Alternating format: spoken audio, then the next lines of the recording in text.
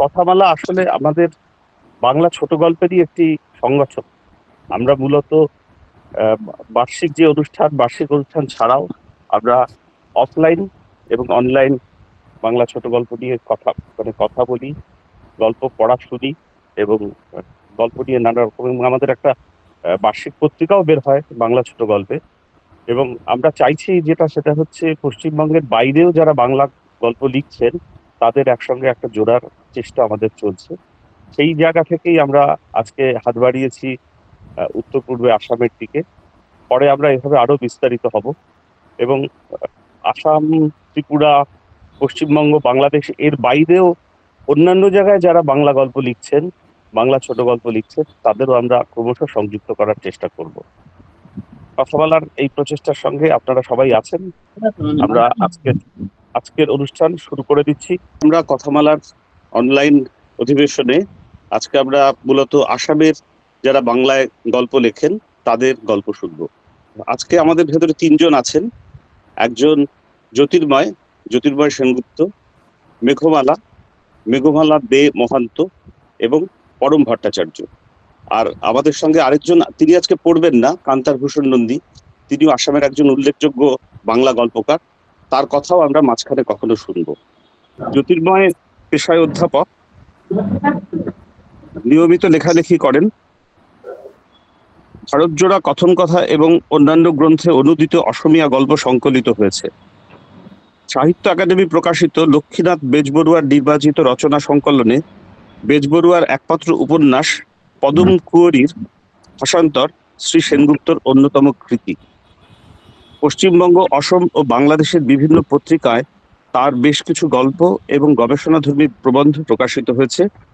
এখন পর্যন্ত প্রকাশিত বিভিন্ন গ্রন্থের মধ্যে উল্লেখযোগ্য অসমের বাংলা লিটল ম্যাগাজিন, ছোট গল্প চর্চার প্রেক্ষাপট ও ক্রমবিকাশ, এটা প্রবন্ধের বই। নারীর কলমে নারী, এটিও প্রবন্ধের বই। দহনকালের কথকথা গল্প সংকলন, শিকড়ের নথিপত্র গল্প সংকলন এবং আয়লগুটি জায়লগুটি, এটি একটি ছড়া সংকলন অসমীয়া ভাষায়। জ্যোতির্ময়, আপনি গল্প পড়তে শুরু করুন। আমার খুব ভালো লাগছে, আপনাদের সঙ্গে নতুন পরিচয় হচ্ছে কথামালার সবার সঙ্গে। সপ্তকিদা যোগাযোগ করেছিলেন, বিশ্বজিৎ বাবু যোগাযোগ করেছিলেন, সেই সূত্রেই বোধহয় আজকে আপনাদের মুখোমুখি হচ্ছি। জানি না কি হবে। সার্থকিদার সঙ্গে সকালবেলা যেটা কথা হয়েছে বা দুদিন আগেও যেটা কথা হয়েছে, আমার জন্ম এখানে, অর্থাৎ গৌহাটি যাকে বলেন, আমরা অসমীয়াতে বা বাংলাতেও গুয়াহাটি বলি। এখানেই আমার জন্ম। আমার বাবা এসছিলেন কলকাতা থেকে। কলকাতায় আমাদের বাড়ি আছে আমাদের শ্যামবাজারে। তো সেখান থেকে চাকরি সূত্রে বাবা এসছিলেন 50, এবং বিশেষ করে সরাইঘাট ব্রিজ, যেটাকে আমরা সবাই ব্রহ্মপুত্র ব্রিজ বলে জানি, সেই ব্রহ্মপুত্র ব্রিজ কনস্ট্রাকশনের কাজেই তিনি ইঞ্জিনিয়ারিং ডিভিশনে এসছিলেন। তারপর থেকে আমরা এখানেই রয়ে গেছি। আমার জন্ম এখানে, কাজকর্ম এখানে, আত্মীয় স্বজন ওদিকে আছেন, যাওয়া আসা আছে।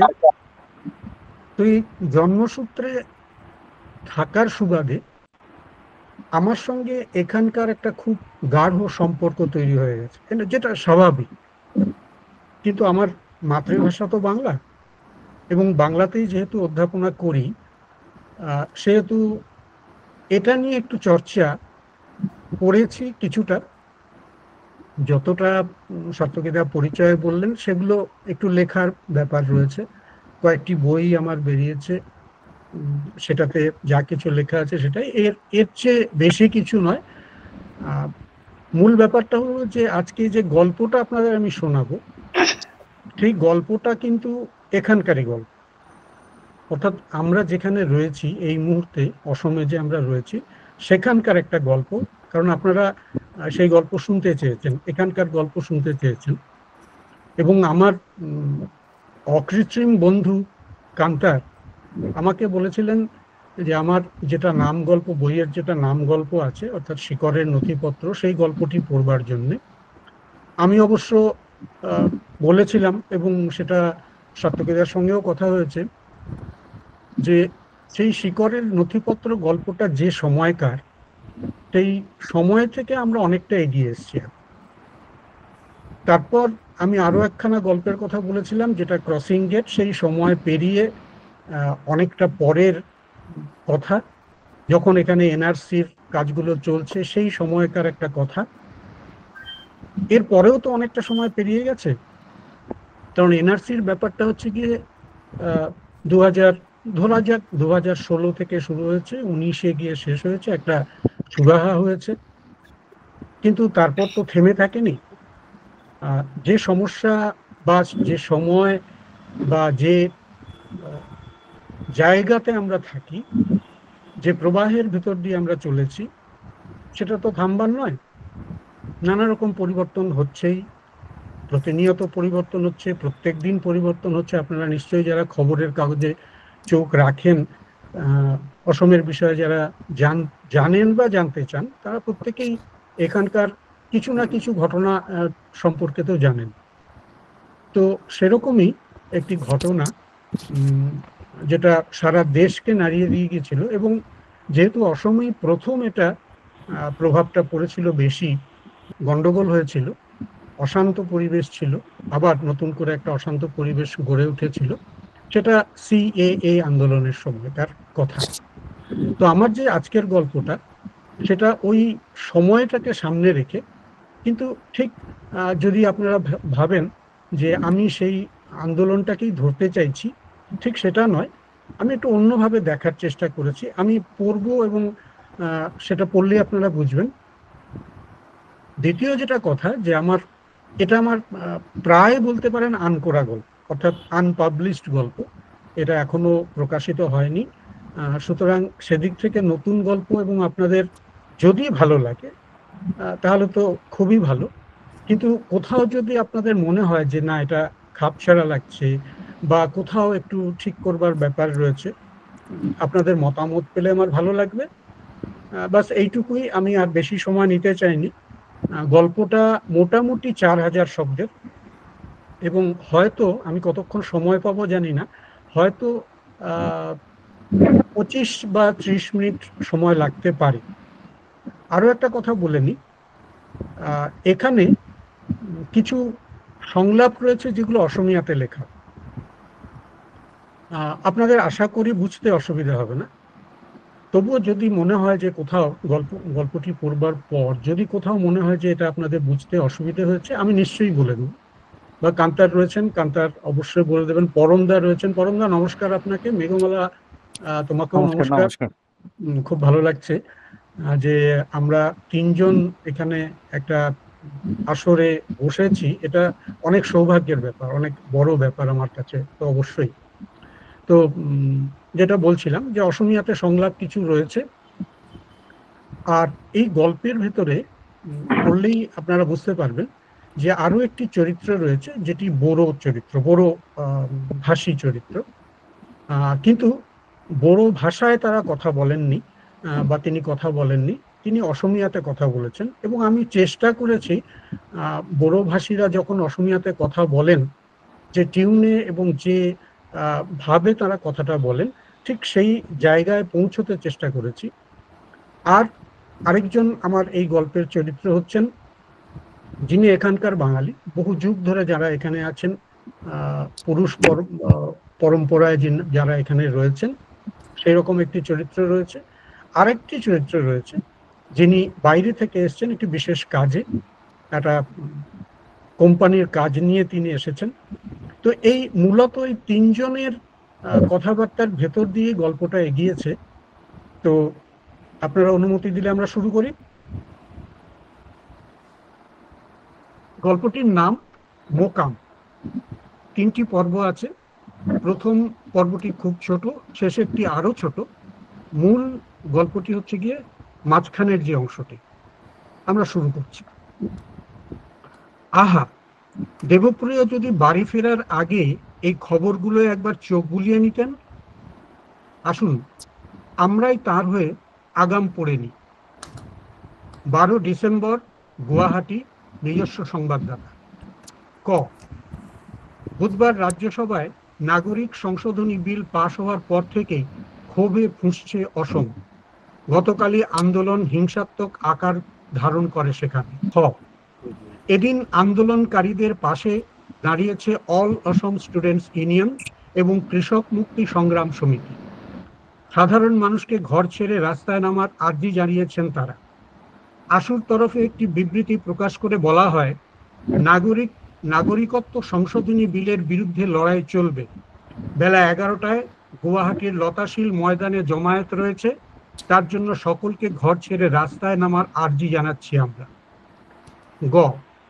স্থানীয় সংবাদ মাধ্যম সূত্রে জানা গেছে, গুয়াহাটির লালুংগাঁওতে এদিন বিক্ষোভ সামাল দিতে গিয়ে আন্দোলনকারীদের সঙ্গে খণ্ডযুদ্ধ জড়িয়ে পড়ে পুলিশ। উত্তেজিত জনতাকে থামাতে গিয়ে গুলি চালাতে বাধ্য হয় তারা, তাতেই 5 জন জখম হন। টুইটারে অসমবাসীর উদ্দেশ্যে বার্তা দিয়েছেন প্রধানমন্ত্রী নরেন্দ্র মোদী। অসমীয়া ভাষায় তিনি লেখেন, কেউ আপনাদের অধিকার কাটতে পারবে না। অসমের মুখ্যমন্ত্রী সর্বানন্দ সোনোয়ালও এদিন একটি বৈঠকে বলেন, আমাদের সংস্কৃতির এবং ঐতিহ্যের কোনো সংকট দেখা দেবে না। এছাড়া আরেকটা খুব ছোট্ট খবরের হেডিং, উত্তেজক এই খবরগুলোর ভেতরে অযত্নে পড়েছিল। দেবপ্রিয়র এদিকে নজর না পড়াটাই স্বাভাবিক, প্রয়োজনও নেই, তবু কৌতূহল হলো বলে একবার পড়েই নি। নেলিতে চাষের জমি বেদখল হওয়ার অভিযোগ, দুদলের মধ্যে সংঘর্ষে মৃত 2, আহত অনেক। পত্রিকাগুলোর পরবর্তী সংখ্যা না বেরোনো পর্যন্ত এবং ইন্টারনেট যোগাযোগ স্বাভাবিক না হওয়া পর্যন্ত আমাদের অপেক্ষা করতে হবে। এবার পর্ব 2। এতিয়া নোলালে ঘর পাওয়াতে অ্যান্ধার হয়ে যাব স্যার। খগেনের কথার জবাব না দিয়ে দেবপ্রিয় লগবুকের সই সাবুত শেষ করলেন। বেলা থাকতে বাড়ি ফিরবেন বলে ভেবে রাখলেও গেমস ভিলেজ থেকে বেরোতে দেরি হয়ে যাচ্ছে তা। কদিন পরই শিনজো আবে আসবেন। চারিদিকে সাজো সাজো রব। ভিলেজের ঘরগুলো সাজিয়ে গুছিয়ে তোলার বরাত পেয়েছে তার কোম্পানি। প্রতিনিধিরা থাকবেন সব গেমস ভিলেজে, সুতরাং কাজগুলোর ফিনিশিং টাচ দিতে হচ্ছে দ্রুত। এদিকে আবার গন্ডগোলের আশঙ্কায় লেবারগুলো সব বাড়ি ফিরে যেতে চাইছে। এরা সব বাইরের, একবার গেলে ফিরতে হপ্তাখানেক লাগিয়ে দেবে। তাই ঠিকাদার রহমত আর হরমিতকে আজ রাতের মধ্যেই সব কাজ শেষ করতে বললেন। কাল থেকে তাহলে ফার্নিচার ঢোকানো যাবে। মোটামুটি কাজ চালানোর মতো অসমীয়াতে দুজনকেই কি কি করতে হবে বুঝিয়ে তিনি উঠলেন। রহমত আর হরমিত লেবার পেমেন্টের অছিলায় টাকা চেয়ে বসেছিল আগেই। দেবপ্রিয় সেটা আটকে রেখেছেন, কাজ শেষ হলেই দেবেন।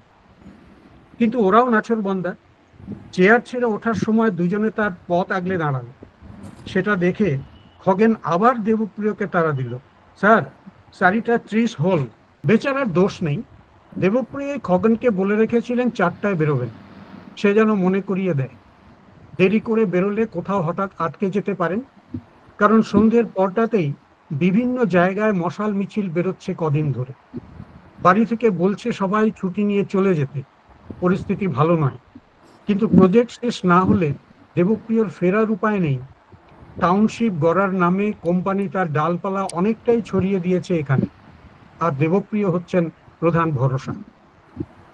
কেয়ারটেকার খগেনও তাকে ভরসা করে টিকে আছে। সকালেই মোটামুটি ঠিক হয়েছিল যে সাইট থেকে ফেরার সময় আজ সে তাকে দরকারি কিছু কথা বলবে। সেজন্য সে আজ আগাম ছুটি করে নিয়েছে। তারাটাও তার একটু বেশি। তাই দেবপ্রিয় ব্রিফকেসটা হাতে নিয়ে সে এগিয়ে গেল। দেবপ্রিয় এবার আর দাঁড়ালেন না। খগেনের সঙ্গে সিঁড়ি দিয়ে নামতে নামতেই রহমতকে আশ্বস্ত করলেন, কালি দিম। ওপর থেকে রহমত গলা উঁচিয়ে বলল, কাইলই জেনে তেনে দিব স্যার, হিয়তে আগবেলাতে কাম শেষ করে গুছি যাও। দেবপ্রিয়র কানে এই কাইলই শব্দটা বাজতে থাকে। 6-7 মাস হলো তিনি এখানে এসেছেন।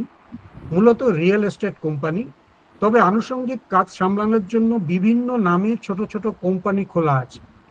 মালিক পক্ষ ছাড়া আর সবাই স্থানীয়। কোম্পানির লোকজনদের সঙ্গে কথাবার্তা সব হিন্দি ইংরেজি মিশিয়ে চললেও অসমীয়াটা চলতে ফিরতে শিখে নিচ্ছেন। মাঝে মাঝে বলারও চেষ্টা করেন দেবপ্রিয়। গাড়িতে ওঠার পর খগেনের কাছ থেকে জানতে চাইলেন, আচ্ছা खगेन, असमीज में काली और कालई मतलब इन दोनों में कुछ डिफरेंस है क्या? স্যার, কালি মানে হচ্ছে গতকাল, আর কাইলই মানে আগামীকাল, মানে যেটা কাল হবে। দেবপ্রিয় একটু অবাকই হলেন। খগেনের মুখে বাংলা শুনে তিনি বললেন, তুমি তো বেশ ভালো বাংলা বলতে পারো। তারপর ড্রাইভারকে উচ্ছ্বসিত হয়ে বললেন, দেখছিস মানেশ্বর, ও কেমন সুন্দর বাংলা বলতে পারে, আর তুই বাংলা তো দূর, হিন্দিটাও ভালো করে বলতে পারিস না। মনেশ্বর গাড়ি স্টার্ট করতে করতে বলল, আমি তো বড় মানুষ আছে না, তয় স্যার, কিন্তু তয় আমার ভাষা তো শিখছে না। একারামে রক্ষা নেই সুগ্রীব দোসর, আগে অসমিয়া শিখি, তারপর যদি থেকে যাই তখন তোমার বড় ভাষা শিখব। মনেশ্বরকে উদ্দেশ্য করে কথাগুলো দেবপ্রিয় বলেন। আবার খগেনকে তিনি শুধন, তুমি এত সুন্দর বাংলা শিখলে কোথায়? বইটই পড়ো নাকি বাঙালি বন্ধু বান্ধব আছে? প্রশ্ন শুনে খগেন হেসে ফেলে, আমি মানে আমরা তো বাঙালি স্যার, আমাদের সব আত্মীয়রা আছে নওগাঁতে, ওইখানকার নামকরা রায় ফ্যামিলি আমার পূর্বপুরুষ। আমার মার এক দূর সম্পর্কের মামা, আমার নামেই নাম, শুধু উনি খগেন্দ্রচন্দ্র, আমি খগেন্দ্রনাথ। উনি বাংলা অসমিয়া দুই ভাষারই সিনেমা করছিলেন। হিন্দি সিনেমার অসিত সেনের নাম শুনছেন না? উনার চলাচল সিনেমায় খগেন দাদুরে নিছিলেন, আমরা একবার ঘুষিয়ারে দেখছিলাম। এত কথা আগে তো বলনি আমাকে। দেবপ্রিয় অবাক। খগেন জানালো, আগে সুযোগ হয়নি, তাছাড়া অন্য সবাই থাকে, কে কি ভাববে। আপনি বাঙালি গতিকে আজকে কথাটা বলতে একটু সাহস করছি। দেবপ্রিয় আরো জানতে চাইছিলেন ওদের পরিবারের সম্বন্ধে, কিন্তু মনেশ্বরের টিপ্পনী শুনে তাকে থামতে হলো। খগেনকে সে বিজ্ঞের মতো পরামর্শ দিল, আপনি যে কথাটু কইছে না, সেইটো আৰু কব নালাগে, বুঝিছে? এতিয়া টাইমটো অলপ গৰম আছে না, আপুনি ৰাজবংশী ৰয় না আছে, বাঙালি আছে, কথাটো আমি গম পালে।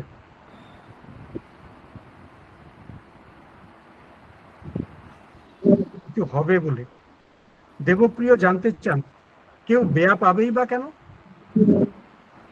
মনেশ্বর তাকে বোঝায়, হাওয়া এখন গরম, আবাল বৃদ্ধ বনিতা সিএএ মানে কায়ের বিরুদ্ধে রাস্তায় নেমেছে। হিন্দু বাঙালিরাই টার্গেট। বাংলাদেশ থেকে লাখ লাখ হিন্দু বাংলাদেশি আসবে, জাতি মাটি ভেটি সব যাবে। আশু কৃষক মুক্তি, এখন সবার মাথা গরম। এই বা জমিজিরের বাইরের লোকেদের হাতে তুলে দেবে। স্বতঃস্ফূর্তভাবে শিল্পীরাও এই আন্দোলনে নেমেছেন। ফেসবুকে লিখে জুবিন আর অখিল আগামীকাল সবাইকে লতাশিল ফিল্ডে আসতে বলেছেন, সেখান থেকে সমদল বেরোবে। মনেশ্বরের কথা অনুযায়ী এখন সবাই গভর্নমেন্ট আর হিন্দু বাঙালিদের উপর ক্ষেপে আছে, কি সব যাবে। আশু কৃষক মুক্তি, এখন সবার মাথা গরম। কেই বা জমি জুড়ে বাইরের লোকেদের হাতে তুলে দেবে। স্বতঃস্ফূর্তভাবে শিল্পীরাও এই আন্দোলনে নেমেছেন। ফেসবুকে লিখে জুবিন আর অখিল আগামীকাল সবাইকে লতাশিল ফিল্ডে জমায়েত হতে বলেছেন, সেখান থেকে সমদল বেরোবে। মনেশ্বরের কথা অনুযায়ী এখন সবাই গভর্নমেন্ট আর হিন্দু বাঙালিদের উপর ক্ষেপে গেছে। ওরা বলছে অসম চুক্তির কথা, ৭১-এর পর কোনো বিদেশির বোঝাই আর ওরা নেবে না। বাংলাদেশি ছাড়া এখানে আগে যারা এসেছিল তারা হাড়ে হিমজুড়ে এদেশের লোক হয়ে গেছে। শুধু অনেক হিন্দু বাঙালি এখানকার হাওয়া পানি খেয়েও আলাদা থাকছে। তাই ওই লোকগুলো এলে সংখ্যা বেড়ে যাবার আশঙ্কায় বাঙালিদের উপর ক্ষোভ। সুতরাং এই সময় বেফাস কিছু সুযোগ সন্ধানীদের কানে পড়লে খগেনের বিপদ বাড়তে পারে। ফেসবুকে তো তুমুল চলছে, মোবাইলে আহিছে না সব, দেখিছে না, বাংলাদেশির লগত লাগিছে তো। খগেনও সায় দিয়ে বলল, আমাদের কিছু হবে না স্যার, কিন্তু ফেসবুকে যে খুব বাজে বাজে কথা লিখতেছে এইটা সত্যি, কখন কি হয়ে যায় ঠিক নাই। বরাক ভ্যালিতে বাঙালিদের বিপদ অতটা না যতটা এখানে। এই কা নিয়ে ফেসবুকে মানুষগুলান একটাই আরেকটার সঙ্গে ঝগড়া করতেছে। কিন্তু স্যার, আগের মতো অতটা খারাপ অবস্থা নাই। এখন তো আপনি রাস্তাঘাটে বাঙালিদের অসমীয়া কথাই বলতে শুনবেন। স্কুলের স্টুডেন্ট বা এমআররা হিন্দি ইংরাজিও বলে। জুবিন পাপনের গান ভালো পায়। মনেশ্বর আবার ফোরন কাটলো, না না, অসমীয়া ভালকে কৈছে না, ব্রিটিশিক তো বড়ো পারছে না আমার নিচিনা, গম পাই তো আমি সেই লুঙ্গি পিন্ধা বাংলাদেশী মানুহবোৰে আমাৰ মাটি লৈছে, কিন্তু অসমীয়া পাৰিছে না। আমার তাতে তো খেদিছে, আমার মানুষ দেখিছে না বহুত মাটি দখল করি আছে। খগেন কথা খেই ধরে বলল, এটাই আসল কথা স্যার, মাটি, চাষের জমি, থাকার জমি। নেলি গহপুরে গ্রাম টাম জ্বলার পরে অনেক বাঙালি তো বেঙ্গলে ঘর নিয়ে চলে গেছিল। আবার কিছু বছর পরে কেউ কেউ নতুন জায়গায় নতুন ঘর বানাইছে, ভোটার কার্ড নিছে, আধার কার্ড নিছে। তারও আগে মা বাবার মুখে গল্প শুনছি, ভাষা আন্দোলনের পরে অনেকে নাকি টাইটেল চেঞ্জ করে অসমীয়া হয়ে গেছিল। ওই যে অসিত সেনের কথা জানাইলাম না তখন, তারা তো বোম্বে চলে গেছিল, তাদের ফ্যামিলির অনেকে নওগাঁতে ছিল, তারা কেউ কেউ বড়ুয়া লিখত। ইন্টারেস্টিং। দেবপ্রিয়র কৌতূহল বেড়ে গেল খগেনের কথা শুনে। সুরজমলের ইনফিনিয়া ডেভেলপার্সে কাজের সূত্রে বেশ কয়েকজন স্থানীয় বাঙালি কাস্টমারের সঙ্গে তিনি পরিচিত হয়েছেন, যারা মিডিয়াম রেঞ্জে আদাবাড়ি না হলে কালাপাহাড়ের মতো বাঙালি প্রধান অঞ্চলে ফ্ল্যাট খুঁজছিলেন। তাদের বাংলাটা দেবপ্রিয়র কানে বাজলেও বেশ ঝরঝরে। অন্তত খগেনের গল্পের বাঙালিদের সঙ্গে তাদের মিল নেই। আর খগেন, যাকে তিনি অসমীয়াই ভেবেছিলেন, সে তার কাছে পরিচয় দিচ্ছে বাঙালি হিসেবে। কৌতূহলটা চেপে রাখতে পারলেন না দেবপ্রিয়। খগেনকে জিজ্ঞেস করে ফেললেন, আচ্ছা, তুমি তো অসিত সেনের আত্মীয়দের কথা বললে, তুমি তো ওদের মতো পদবি বদলে অসমীয়া হয়ে যাওনি, তা তোমার বলার ঢংটা এমন কেন? এটা কি এখানকার লোকাল বাংলা? খগেন মাথা নাড়ে, এই রকমই তো বলি। আপনি কলকাতার লোক বইলে আরো একটু ভালো করে বলার চেষ্টা করছি। এমনি আমরা অসমীয়াতেই কথা কই, মানে বলা হয়। আমি যেখানে থাকি সেইখানে কয়েক ঘর বাঙালি আছে, ওরাও অসমীয়াই কয়, বাকিরা তো সব অসমীয়া। পাঞ্জাবি আর এইখানের মুসলিমরাও অসমীয়া কয়।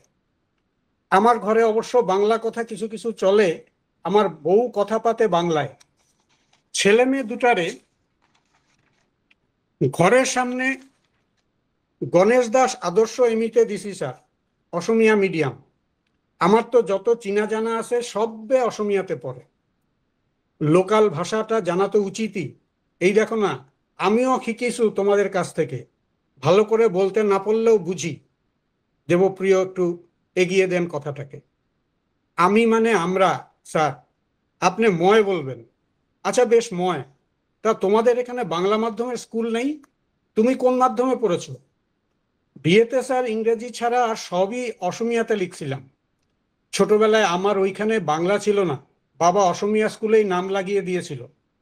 ভাবছিল বাংলা স্কুলে পড়লে চাকরি টাকরি পাইব না। এমনিও বাংলা তো বেশি জায়গায় চলে না।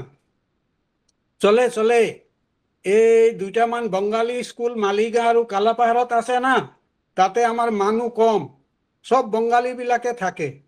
মনেশ্বর মনে করিয়ে দিল, কাহিলিপাড়ার একটা মাস্টরের গাড়ি চলাইছে না আগতে, সব জানে।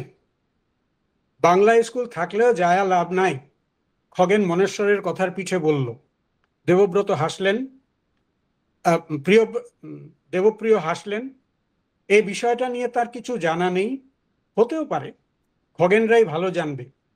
কিন্তু এখানকার বিহু উৎসব নিয়ে তার খুব কৌতূহল। মুগার কাপড়গুলো দেখেছেন তিনি, খুব সুন্দর সুন্দর ডিজাইন আর কালারফুল। সেটাও আরেকটা কৌতূহলের জায়গা। ইচ্ছে করলে এসব ডিজাইন আর সুতো কলকাতায় নিয়ে গিয়ে স্ত্রীর বুটিকে ড্রেস তৈরি করানো যায়। এর ভালো চাহিদা হবে ওখানে, মার্কেটও ভালো হবে। খগেন এসবের কাপড়ের খবর রাখে নিশ্চয়ই, তাই তাকে জিজ্ঞাসা করলেন, আচ্ছা, আসামে তো শুনেছি বিহুতে আমাদের দুর্গাপুজোর মতোই খুব ধুমধাম হয়। ছবিতে দেখেছি মুগার কাপড় পরে মেয়েরা খুব সুন্দর সুন্দর নাচে। ওরকম পোশাক পরে তোমরা বিহু পালন করো? আসাম না স্যার, আমরা অসমই বলি। হ্যাঁ সরি, অসম। তোমরা করো বিহু? ভাষাটা তো ভালোই জানো। দেবপ্রিয় দেখলেন প্রশ্ন শুনে খগেনের চোখ মুখ উজ্জ্বল হয়ে উঠল। সে গড়গড় করে বলে গেল, বিহু একটা নয়, মূলত তিনটা। তবে বহাগ মানে চৈত্রে আর ভোগালী মানে মাঘের সংক্রান্তির বিহুই আসল। তারা যেখানে থাকে সেখানে রাজহুয়া বিহুতলি আছে, সবাই সেখানে একসঙ্গে বহাগ বিহু পালন করে। জানুয়ারিতেও এরকম অনুষ্ঠান হয়, তখন বিহু দলের প্রতিযোগিতা হয়, বেস্ট বিহুবতী বা বিহুয়ার জন্য বিহু নাচের প্রতিযোগিতাও হয়। মেয়েদের জ্যাং বিহু, ছেলেদেরটার নাম হুঁচড়ি। বিহু কুমারী, বিহু সম্রাজ্ঞীরও প্রতিযোগিতা হয়। রাত জুড়ে গানের আসর জমান জুবিন, পাপন, প্রিয়াঙ্কা ভরালি, নীল আকাশেরা। এই প্রতিযোগিতায় ছেলেমেয়েরা মুগার কাপড় পরেই তো নাচে, তাই না? সেগুলো কোথায় তৈরি হয়? দেবপ্রিয় জানতে চান। এগুলোর জন্য স্যার বেশ জায়গা শুয়ালকুচি। ওখানে শাল আছে, শিপিনীরা বনে। আপনি ঘরের জন্য কিনলে একদিন শুয়ালকুচিতে নিয়ে যাব। ঠিক আছে, একদিন যাব তাহলে। তোমার ছেলেমেয়েরা বিহুতে নাচে না? দেবপ্রিয় আবার জানতে চান। না, মেয়েটা সত্রিয়া শিখছে, বিহু নাচের দলে চান্স পায় নাই। আমার পরিবার নামঘরে যেতে পারলে হয়তো মেয়েটা চান্স পাইতো। এমনিতে পারে। মনেশ্বর ফোরন কাটলো। বাঙালি আছে না, বিহু তো নাচছে না। দুজনের কথার মধ্যে ওকে এতবার নাক গলাতে দেখে দেবপ্রিয় বিরক্ত হলেন। मनेश्वर, ठीक से गाड़ी चलाओ। कहाँ पहुंचे हम? जी साहब, जैम है आगे, अभी बेलतला साराली में हूं। সে জবাব দিল। কথায় কথায় খেয়াল করেননি দেবপ্রিয় বা খগেন গাড়ি হাইওয়ে থেকে বাঁক নিয়ে বেলতলার দিকে ঢুকেছে। সামনে সারি সারি সরকারি বেসরকারি গাড়ি, রিকশো, টোটো আস্তে আস্তে চলছে। মানুষও চলেছে সামনের দিকেই। তিনি মনেশ্বরকে বললেন, সার্ভে পয়েন্টে জিএনআরসি মেডিশপের পাশে গাড়িটাকে একটু দাঁড় করাতে। ওখানে কিছু জিনিস কিনে পাশের বাজার থেকে আলু, পেঁয়াজ, তাজা শাক আর একটু মাছ নিয়ে আসবে মনেশ্বর। সে সব জানে, একদিন অন্তর এটা তার রুটিন কাজ। আলোচনায় বাধা পড়ায় খগেন একটু চুপ করে গিয়েছিল। দেবপ্রিয় মনেশ্বরকে সব বুঝিয়ে দিলে খগেন অসম্পূর্ণ কথার খেই ধরে বলল, বাঙালি হওয়ার জন্য নয়, আমি তো বলি জয়েন করতে, কিন্তু স্কুলের কর্মশালায় যারা ভালো নাচতে পারে তাদেরকেই নেয়। তার মেয়ে কখনো সিলেক্ট হয়নি। তার রক্তে বিহুটা মিশে নেই ঠিকই, কিন্তু ছোটবেলা থেকে দেখে দেখে ভীষণ একটা টান তৈরি হয়েছে। সেজন্য এক এক সময় খগেন নাকি ভাবে, নামঘরে আই সকলের গোটে যদি তার বউ যেতে পারত, নাম প্রসঙ্গে যোগ দিতে পারত, বা কোনোদিন দেউরির দায়িত্ব পেত, তবে হয়তো মেয়ে জ্যাং বিহুতে সুযোগ পেত। কিন্তু নাম প্রসঙ্গে যোগ দেবার ইচ্ছে থাকলেও একটা সংকোচ তাকে আঁকড়ে থাকে, তাই কখনো নামঘরে যাওয়া হয় না। অথচ মেয়ের আশা পূরণের লক্ষ্যে মনে মনে ইচ্ছেটা লালন করে খগেন। দেবপ্রিয়র কাছে নামঘর, নাম প্রসঙ্গ, আই সকলের গোট ইত্যাদি কৌতূহলের বিষয় হলেও এ প্রসঙ্গে খগেনের সঙ্গে তিনি কথা বাড়াতে চাইছেন না আর। হয়তো কোথাও কোনোদিন সেরকম কোনো একটা ব্যবস্থা হতেও পারে। কালচারাল অ্যাসিমিলেশন একটা সুদূর প্রসারী ব্যাপার, অনেক যুগ লেগে যেতে পারে। অতটা সময় তার হাতে নেই। তিনি বড়জোর এখন রিয়েল এস্টেটের পাশাপাশি এখান থেকে কাঁচা মাল নিয়ে কলকাতার বাড়িতে স্ত্রীর জন্য বুটিকের ব্যবসাটা বড় করার কথা ভাবতে পারেন। গাড়িটা দাঁড়িয়ে পড়ায় দেবপ্রিয়র চিন্তায় তখনকার মতো ইতি পড়ল। তারা সার্ভে পয়েন্টে পৌঁছে গেছেন। গাড়িটার কাঁচ নামিয়ে মনেশ্বর স্টার্ট বন্ধ করে, তারপর তার কাছ থেকে টাকা নিয়ে দোকানের দিকে এগিয়ে যায়। সে চলে যাবার পর খগেন সামনের সিট থেকে পেছনের দিকে ঘুরে বসে, যাতে দেবপ্রিয়র মুখে তাকিয়ে কথা বলা যায়। আসল কথাটাই তো হলো না স্যার। ওই কথা বলার জন্যই তো আপনার সঙ্গে আসতে চাইছিলাম, সবার সামনে বলতে চাইনি। ও হ্যাঁ হ্যাঁ, বলো, কি যেন বলবে? দেবপ্রিয় উৎসাহ দেখান। আপনার হেল্প হলেই হয়ে যাবে স্যার, আমি জানি। নিশ্চয়ই হেল্প করব, তুমি বলোই না। আপনাকে যে মাটিটার কথা বলেছিলাম। দেবপ্রিয় প্রায় ভুলেই গিয়েছিলেন। মাসখানেক আগে খগেন তাকে একটা জমির কথা বলেছিল। সেটা সুরজমলের ইনফাইনি হাইটসের কাছেই, জটিয়াতে। একদিন দেখে আসার আর্জি জানিয়েছিল খগেন। কাজের চাপে আর যাওয়া হয়নি। তবে আজকে সেসব শুনবেন বলেই খগেনকে সঙ্গে করে বেরোবার কথা সেরে রেখেছিলেন। সেটা মনে পড়তেই দেবপ্রিয় কপালে ডান হাতটা ঠেকালেন। একদম ভুলে গেছি, জাপানের সঙ্গে মিটিং এর এই কাজটা শেষ হলেই সত্যি সত্যি যাব। তোমার কাছ থেকে আমাকে অসমীয়াটা শিখতে হবে ভালো করে। খগেন সম্মতিসূচক মাথা নেড়ে বলে, মাটিটা সয়ানি লাটের ৩০২ নং দাগে পড়ে। পাশেই ৩২৬ নম্বর দাগের শেষ, যেটা ধুবড়ির রহমান বলে একজনের। আমার মোট ৪ কাঠা জমি আছে। দেবপ্রিয় হিসেব করে দেখলেন, ছোট জায়গা, বেঙ্গলের ১ কাঠার কিছু কম। খগেন বলে চলেছে, রহমানের মাটিতেই এখন বাজার বসছে। দক্ষিণে বালাপুকুরি পর্যন্ত বড়দের অঞ্চল, ওদিকটায় পুঁথিভরাল বাথৌ মন্দির আছে। আমার 302 দাগের মাটিটা বেড়া দিয়ে ঘেরা আছে, ঘরও 3টা আছে ভাড়া দেওয়া। এই ঘরের উল্টা দিকে থাকে সদানন্দ কলিতা। ওরা পাড়ার কয়েকজনকে নিয়ে একটা বিহু দল খুলছে, পাঞ্চই। দেবপ্রিয়র এই লম্বা ফিরিস্তিতে আগ্রহ নেই। তিনি মাঝখানে খগেনকে থামিয়ে দেন। বুঝলাম তোমার একটা প্রপার্টি আছে, তুমি কি ওখানে থাকো? ওইটা আমার দাদু মার নামে লিখে দিছিল, আমরা থাকি না। এখন সদানন্দ কয় এইখানে 500 আখড়া করবে। আবার এক ভাড়াটিয়া রাজু একটা কম্পিউটারের স্কুল বানাইতে চায়। পকেটে বোধহয় কাঁচা টাকা আছে অনেক, মুরগির ব্যবসা। এরা ছাড়াও আছে আঞ্চলিক বিহু কমিটি, ওইখানে ঘর আছে বইলা প্রত্যেক বিহুর সময় তাদের চান্দা দিই। এখন তারাও কয় আমাক দিয়ক, পার্মানেন্ট অফিস বনাম বিহু কমিটির।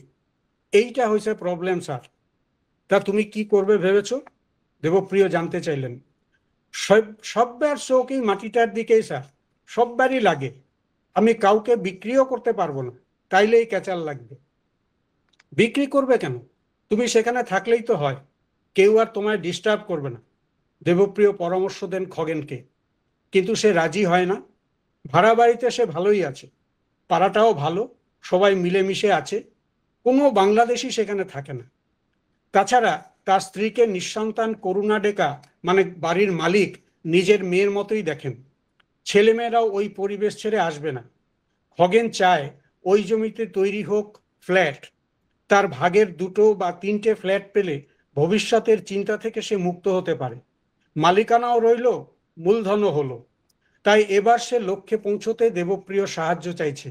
তিনি যেন এখানে ফ্ল্যাট তৈরির দায়িত্ব নেন, সে তাকে পাওয়ার অফ অ্যাটর্নি দিয়ে দেবে। ভেতরে ভেতরে চমকে উঠলেন দেবপ্রিয়। ছেলেটা বলে কি? কলকাতায় পার্টনারশিপে রিয়েল এস্টেট বিজনেসে নামার ব্যাপার সব পাকা হয়ে আছে, এখন এসব ঝামেলা কাঁধে চাপালে হয় নাকি? মনেশ্বর দেরি করছে কেন? সে ফিরে এলে খগেনকে নামিয়ে দিয়ে আপাতত তিনি এখন আস্তানায় ফিরতে চাইছেন। শিনজো আবের ভিজিটের পর যত তাড়াতাড়ি সম্ভব প্রজেক্ট শেষ করে কোম্পানি ছাড়াই তার আসল লক্ষ্য। খগেনের হেল্প নিয়ে সুয়ালকুচির কানেকশনটা তৈরি করতে পারলে বরং কাজে দেবে। এমনিতেই ক্যাব কা নিয়ে এখানে ঝামেলা চলছে, সুরজমলের বিজনেসেও ভাটির টান। এখন খগেনের ঝামেলায় জড়ানোর কোনো মানেই হয় না। মুখে সে কথা না বলে তিনি খগেনকে বললেন, আচ্ছা, জাপানের প্রোগ্রামটা মিটলে এ নিয়ে কথা বলবো, কেমন? আমাদের কোম্পানি চাইছে এই সুযোগে রিয়েল এস্টেটের ব্যবসাটা বাড়াতে, সেটা হলে তোমার ভাগ্যও খুলে যেতে পারে। ইতিমধ্যে মনেশ্বর গাড়ির ডিকিতে বড় ব্যাগটা রেখে সামনের সিটে এসে বসতেই দেবপ্রিয় যেন হাঁপ ছেড়ে বাঁচলেন। তার সামনে খগেনও আর কিছু বলল না, বোধহয় আশার আলো দেখেছে। পশ্চিমের আকাশে এখন সূর্যের শেষ আভা। গাড়ির হেডল্যাম্পে সামনের রাস্তাটা আলোকিত। গাড়ির সংখ্যা অনেকটাই কম, কিন্তু মানুষের ভিড় আছে। ত্রিসন্ধ্যাতেও চারদিকটা কেমন আলোহীন। দোকানগুলো, বিলবোর্ড, রেস্তোরাঁর সাইনবোর্ডগুলো থেকে কি কেউ নিয়ন লাইটগুলো খুলে নিল তবে?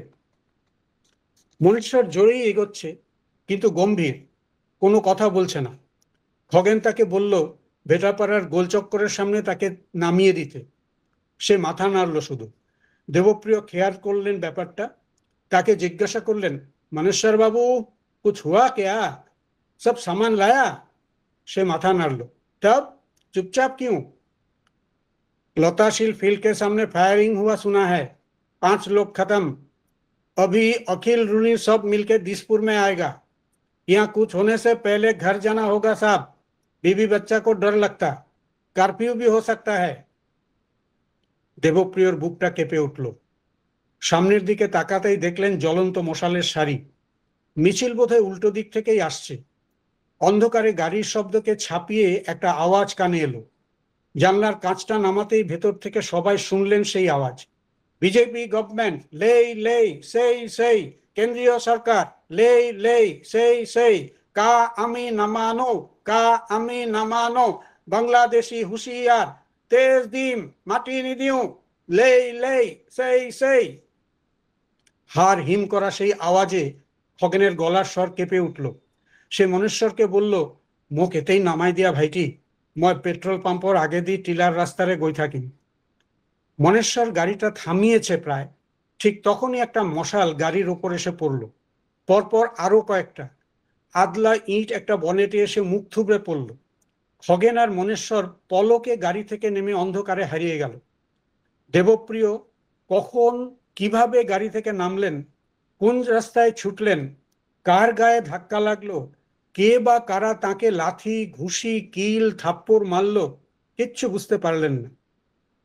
ঘন্টাখানেক এ রাস্তা ও রাস্তা, এ বাড়ির দেওয়াল ও বাড়ির দেওয়াল ঘেঁষে বসে থাকার পর এখন নিজের অস্থায়ী আস্তানায় ফেরার রাস্তাটা খুঁজে পাওয়া খুব জরুরি মনে হলো দেবপ্রিয়র।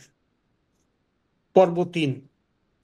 ঠিক এই মুহূর্তে, যখন চারদিক অন্ধকার, যখন ঠিকাদার রহমত আর হরমিত তাদের পাওনা গন্ডা নিয়ে ব্যস্ত, যখন সদানন্দ, রাজু আর আঞ্চলিক বিহু কমিটির যুবক সদস্যরা ৩০২ নম্বর দাগের গায়ে বাটোয়ারার আঁক করছেন, যখন আমরা সবাই নিজেদের লক্ষ্য ঠিক করে নিয়েছি, বা যখন আমরা পায়ের তলার মাটি হারাবো বলে বিদেশির বোঝা আর না নেবার প্রশ্নে কম বেশি সবাই যুগপৎ একমত ও আতঙ্কিত, তখন বাসি খবরগুলোকে চোখের সামনে রেখে আসুন আমরা খুঁজতে বেরোই খগেন্দ্রনাথ রায়কে, মনেশ্বর বড়োকে, আর অবশ্যই দেবপ্রিয় নন্দীকে। খুঁজে দেখি তারা বা তাদের মতো আরো অনেকে ঘরে পৌঁছলেন কিনা। কে জানে, তারাই পত্রিকাগুলোর পরের এডিশনের খবর হয়ে যেতে পারে। জ্যোতির্ময় সেনগুপ্তর গল্প শুনলাম। আমরা যেটা চাইছি সেটা হচ্ছে যে আলোচনাটা গল্পের সঙ্গে নইলে, সমস্ত গল্প একসঙ্গে হয়ে গেলে আলোচনা খানিকটা মানে গুরুত্ব নষ্ট হয়ে যায়। ফলে জ্যোতির্ময়ের গল্প নিয়ে যদি কেউ কিছু বলতে চান বলতে পারেন। আমি এই সুযোগে একটু কান্তারকে বলবো, কান্তার আপনি যদি আপনি তো আসামের এই ক্রাইসিসটা নিয়ে গল্প লিখেছেন, আপনার গড়র গল্পটার কথা তো আমার সবসময় মনে হয়, মানে সেখানে সেই নামঘরের চাঁদা চাওয়া। আপনি যদি এই প্রসঙ্গে এই গল্পটার সঙ্গে এই সূত্রটা তৈরি করে দেন, মানে বাংলা ভাষীর বাঙালির আহ, সর্বত্র যে ক্রাইসিস, আসামেও তো সেই ক্রাইসিস, আপনি যদি এই গল্পটা নিয়ে একটুখানি বলেন, আপনার যা বলার সেটা এবং এই গল্পটা জুড়ে একটু বলা, কান্তারকে একটু বলবো। সাতকিরা আপনারা বলুন না, তারপর আরেকটা গল্প হয়ে যাক, তারপর না হয় আমি একটু বলবো না না আপনাদের। কান্তার, বেসিক্যালি এই গল্পটার যে পলিটিক্যাল পার্সপেক্টিভ, মানে বাঙালির যে কোণঠাসা হয়ে যাওয়া, বাংলা ভাষীর যে কোণঠাসা হয়ে যাওয়া, সেটা তো তোমারও বিষয়।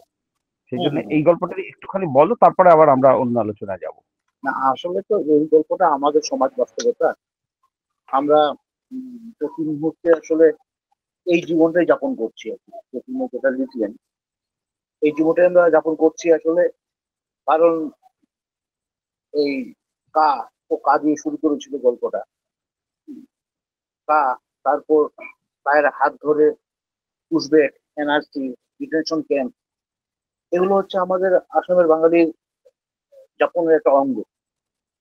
তো এই যে যে সন্ত্রাসের মধ্যে দিয়ে পড়লো শেষ পর্যন্ত, এবং দেবপ্রিয় বা খগেনরা ঘরে ফিরলো কিনা না, যে জায়গায় যেটা ছেড়েছে আর কি, খুব সুন্দর জায়গায় গল্পটাকে শেষ করেছে বলে আমার মনে হয় আর কি। কারণ আমরাই এই দেবপ্রিয় ঘরে ফিরলেন কি ফিরলেন না বড় কথা নয়, কিন্তু পরের এডিশনে পত্রিকার মানে এখানকার বাংলা বা অসমীয়া পত্রিকাতে, বিশেষ করে বাংলা পত্রিকা গুলোতে বোধহয় দেবপ্রিয়ের ছবিটা এবং নামটাই আসবে, খগেনের নামটা আসবে। আমরা এইভাবে খবর হই প্রত্যেক মুহূর্তে। হ্যাঁ, এবং আমরা এই মানে খবর যোগাই পত্রিকাগুলোতে। তো আহ, আমার গল্পটা বেশ ভালো লেগেছে।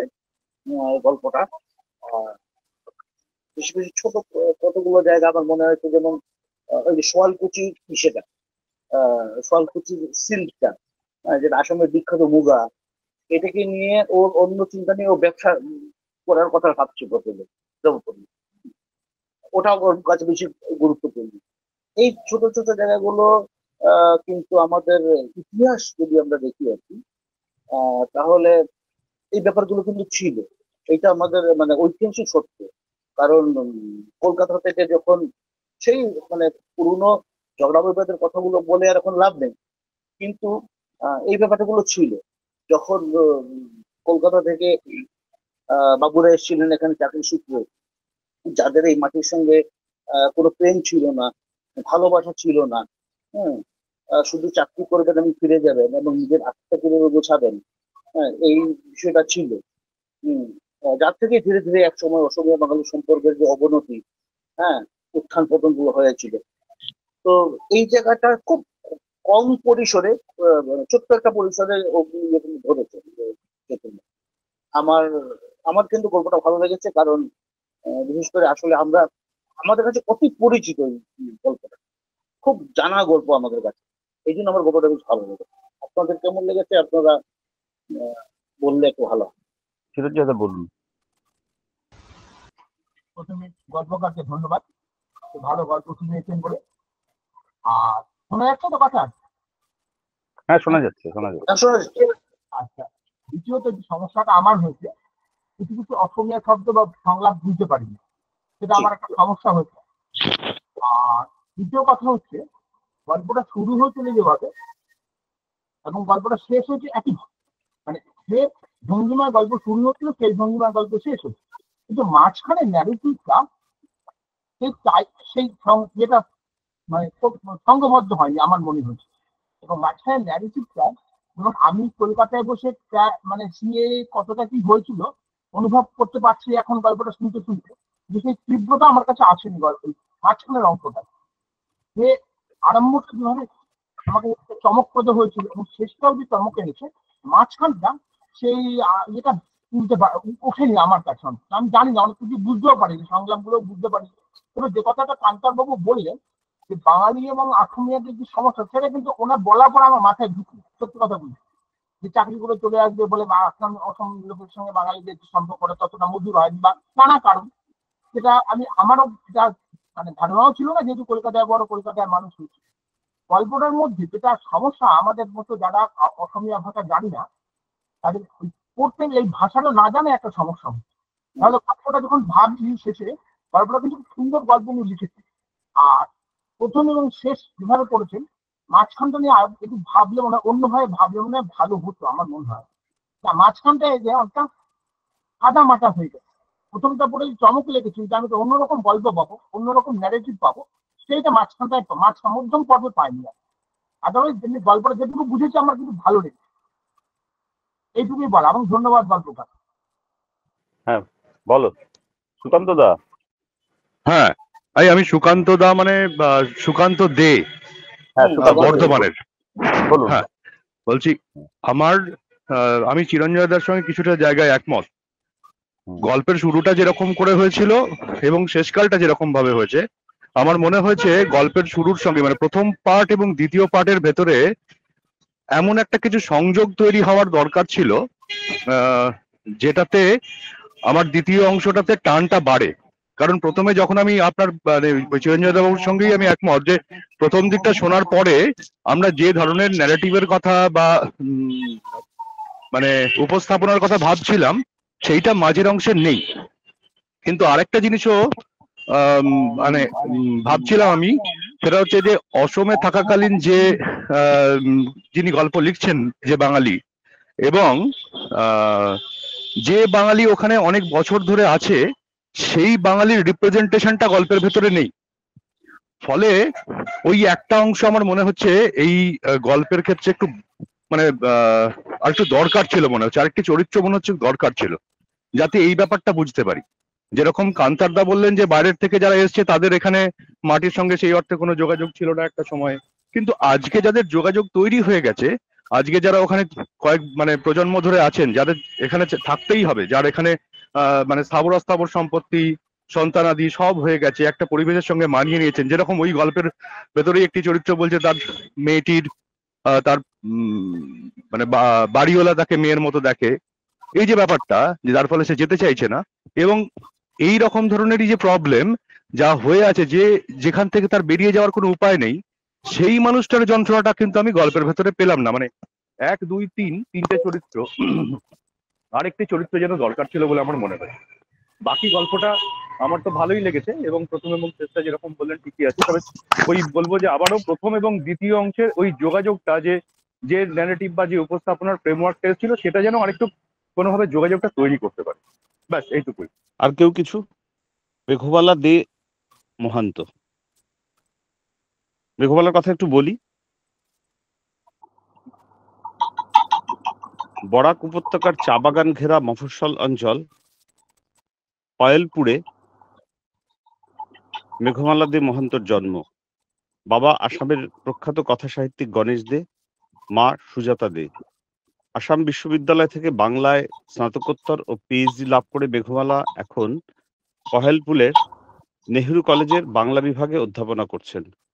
পশ্চিমবঙ্গ, উত্তর পূর্ব ও বাংলাদেশের বিভিন্ন পত্রপত্রিকায় তার গল্প আর প্রবন্ধ প্রকাশিত হয়। মেঘমালার বই বিভূতিভূষণের উপন্যাসে নারী পরিসর, এটা ওর পিএইচডি গবেষণার পেপার, অন্তর্গত রক্তের ভেতর গল্প কালেকশন, কাগজের স্বদেশ গল্প কালেকশন, ভালোবাসায় ডুবছে শহর কবিতা সংকলন। আমরা এবার মেঘমালার গল্প শুনি। আমি আসামের বরাক উপত্যকায় শিলচরে থাকি এবং ছোট্ট একটা কলেজ নেহেরু কলেজে অধ্যাপনা করি বাংলা বিভাগে। আজকে কথামালা ও ভাষা ও ভবিষ্যৎ আয়োজিত এই অনুষ্ঠানে আপনাদের গল্প শোনাতে পেরে আমার ভীষণ ভালো লাগছে এবং সবাইকে অনেক ধন্যবাদ আমার সঙ্গে থাকার জন্য। আর যেহেতু সময়ের কথাটা মাথায় রেখে আমি সরাসরি গল্পে চলে যাচ্ছি। আমি আজকে যে গল্পটা পড়ব, গল্পের নাম যে জীবন ফড়িংয়ের ফরমালিনের। এপার বাংলা ওপার বাংলা, মধ্যে জলধি নদী। অবাক লাগে অকলের, আজও ঠিক মনে পড়লো এমন একটা দিনও হয়নি যেদিন নৌকায় বসে এই গান মনে পড়েনি অকলের। কিন্তু তাই বলে আজও যে তার ব্যতিক্রম হবে না এটা ভাবতেই পারেনি। নৌকা চলেছে নদীর পাড় ঘেঁষে ঘেঁষে, দুপারেই পাহারা। কবছর আগেও অকলের সাহস হতো না কুশিয়ারার ত্রিসীমানায় আসায়। বিএসএফ গুলোকে দেখলেই হাত পা ঠান্ডা হয়ে যেত ভয়ে। কিন্তু ইদানিং আর কিছুই ভয় পায় না, বরং মাঝে মাঝেই নদীর পাড়ে এসে দাঁড়ায়, পরম মমতায় আকুল চোখে তাকিয়ে থাকে ওপারের দিকে। হায় রে দেশ নাকি বিদেশ। কুশিয়ারার শিরশিরে বাতাসে একটা ওষুধ ওষুধ গন্ধ। গন্ধটা আসলে নৌকার ছইয়ের ভেতর গুমট পাকিয়ে আছে, ওখান থেকেই মিশে যাচ্ছে নদীর বাতাসে, নদীর জলে। অসহ্য এই গন্ধটা, তবু জোরে জোরে শ্বাস টানে অকল। বুকের গভীর থেকে পাক দিয়ে উঠা উথাল পাথাল কান্নার ঢেউগুলো নিঃশব্দে গিলে নিয়ে আবার শ্বাস টানে। গন্ধটা লাশ কাটা ঘরের। ওষুধটার নাম নাকি ফরমালিন। কুশিয়ারার জলে দ্বাদশীর চাঁদবেলা রুপলি চাদরের ঢেউ। রাত কত হলো কে জানে।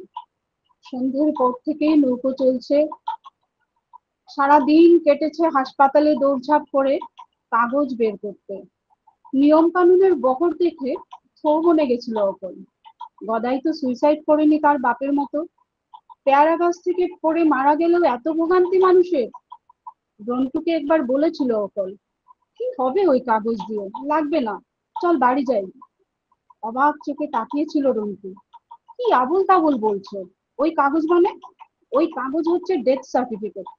ওটা ছাড়া গদাইকে নিতে দেবে ভেবেছো? দেবে না? কাগজ ছাড়া দেবে না কেন?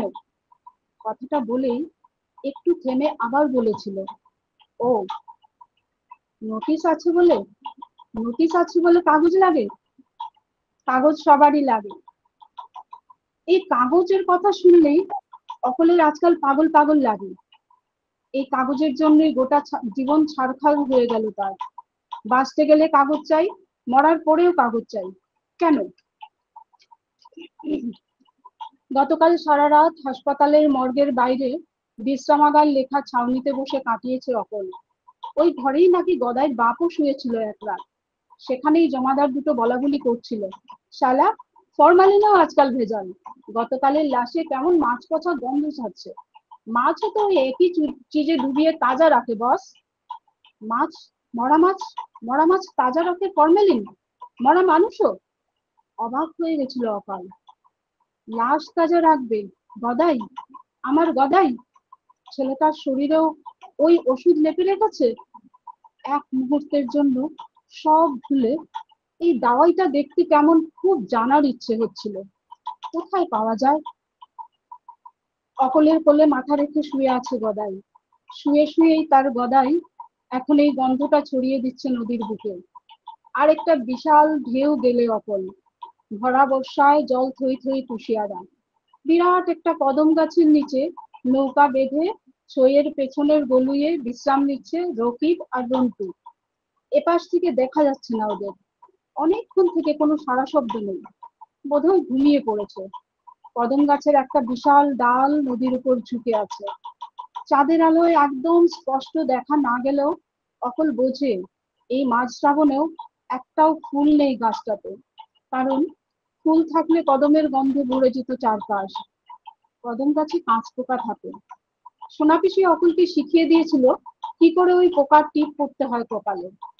একটা সময় তো কপালে টিপ পড়ার জন্য কাঁচ পোকা জমিয়ে রাখাটা নেশার মতো হয়ে গেছিল অকলের। গদার বাপ বলেছিল, পোকার টিপ কপালে, ছি, কোনোদিন শুনিনি তো। হেসেছিল অকল। পুরুষ মানুষ, তুমি শুনবে কি করে? গদার মাকেও তো দেখিনি কোনোদিন, জানেই না বোধহয় এসব পোকা ধরে কপালে পড়তে হয়। কেন জানি একটা চিড়বিড়ে রাগ হয়েছিল অকলের। তোমার দেশের সুন্দরীরা কাঁচ পোকা না চিনলে আর কেউ পড়তে পারবে না? আমাদের দেশে সবাই পড়ে। অকলের রাগটা ধরতে পেরেছিল গদাই বাপ। আদুরে গলায় বলেছিল, তোমাদের দেশ আবার কি? এই ভিটের বাইরে তোমার আর কোনো দেশ নেই, বুঝলে? আর ওইসব পোকামাকড় পড়তে হবে না তোমাকে। মাকড়? হেসে ফেলেছিল অকল। সবকিছু মনে হয় যেন কত যুগ আগের কথা। দুদিন থেকে একটা দানাও পেটে যায়নি অকলের। রন্টু চেষ্টা করেছে অনেকবার তাকে কিছু খাওয়াতে, পারেনি। খিদে যে একবারও পায়নি অকলের এমন নয়, তীব্রভাবে পেয়েছে বেশ কয়েকবারই, কিন্তু ইচ্ছে হয়নি, বরং ঘুমোতে ইচ্ছে করছে তার। অনেকবার ভেবেছে একপাশে জড়ো করে রাখা কাঁথাটা মুড়ি দিয়ে শুয়ে পড়বে নৌকার ছইয়ের ভিতর, কিন্তু ছেলেটা কোলে মাথা দিয়ে শুয়ে আছে, নড়াতে ইচ্ছে করছে না। বুকের ভেতর নদীর পাড় ভাঙার মতো একটা ধূপ ধাপ কাঁপন। গত 4 মাস থেকে যখন তখন এরকম হচ্ছে। সরকারি হাসপাতালের কম্পাউন্ডার বলাইকে জিজ্ঞেস করেছিল অকল। গম্ভীর মুখে ঠিক বড় ডাক্তারবাবুর মতো নিরস গলায় অদ্ভুত একটা প্রশ্ন করেছিল বলাই, মাসিক হয় নাকি ওই পার চুকে গেছে? বলাইয়ের কথায় লজ্জা থেকে বেশি মন খারাপ হয়েছিল অকলের। গদাইর বাপ যে তার থেকে বয়সে ছোট ছিল সেটা সবাই অনুমান করে, কিন্তু তাই বলে অত বুড়ো তো সে নয়। আসলে সব ব্যাটা মানুষই এক, সুযোগ পেলেই হলো। হ্যাক করে উঠেছিল, আমি কি বলছি আর তুমি বলছো কি, ওসবের কোনো সমস্যা নেই আমার। কয়েক সেকেন্ড মুখের দিকে স্থির তাকিয়ে আরো গম্ভীর স্বরে বলাই বলেছিল, কারণ আছে বলেই জিজ্ঞেস করছি, ঘুম হয় রাতে? খানিকটা মিইয়ে গেছিল অকল। আস্তে করে গলা নামিয়ে বলেছিল, ঘুম হয় না, অনেক দিন হলো ভোরবেলা ঘুম ভাঙেনি। কথাটা ধরতে পারেনি বলাই। ঘুম ভাঙেনি মানে কি? রাতে ঘুম আসে না, জেগেই কাটাই। রেগে গেছিল বলাই, সোজা কথার সোজা উত্তর দিতে পারো না? কথাটা বলে অকলের দিকে তাকিয়েই হয়তো শান্ত হয়ে গেছিল। কেমন একটা মায়ায় ভরে উঠেছিল মুখটা। মুলায়ম স্বরে আবার জিজ্ঞেস করেছিল, ঘুম আসে না কেন? কিসের চিন্তা এত? বলাইয়ের কণ্ঠস্বরে কিছু একটা ছিল, কান্না পেয়ে গেছিল অকলের। নিজেকে সামলাতে একটু সময় নেই, কিন্তু ঠিকঠাক কোনো উত্তর গুছিয়ে উঠতে পারে না।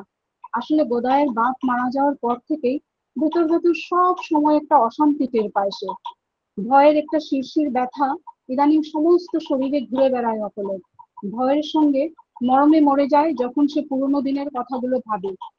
সে তো মরে গিয়ে বেঁচে গেছে, সমস্ত পাপের বোঝা অকলের ঘাড়ে চাপিয়ে। পাপ অবশ্য অকল করেছে, সেদিন বোঝেনি। কি বোকা, কি নিষ্ঠুর ছিল সে। গদাইয়ের বাপের ভরভরন্ত সংসার ছিল, ছোট্ট গদাই কোলে ডাগর বউ ছিল। তারপরেও যখন অকলকে ধরে তুলতে চাইলো, কেন যে সে রাজি হলো, এই আফসোস এখনো মাঝে মাঝে কুড়ে কুড়ে খায়। আসলে উপায় ছিল না।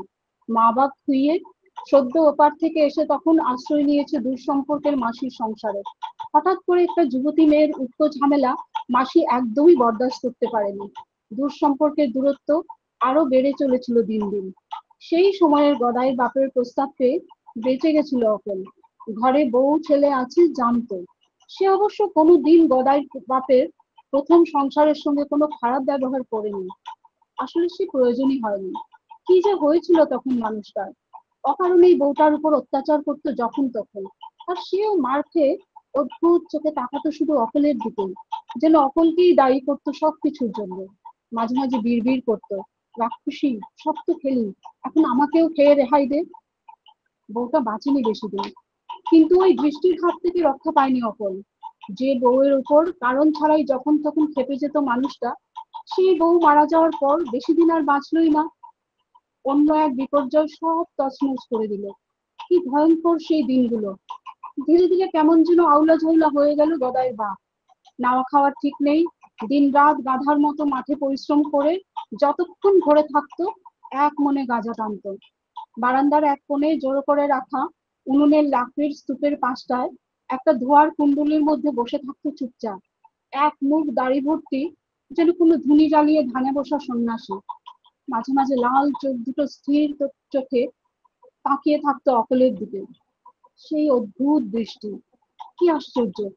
লোকটা যেদিন মারা গেল, চোখের উপর তুলসী পাতা নিয়ে শুয়েছিল উঠোনে, আর তার বুকের উপর মাথা রেখে অকল উগড়ে দিচ্ছিল বুকের ভেতর জমে থাকা ঢেউয়ের পাহাড়, সেদিনও নেস্তার মেলেনি।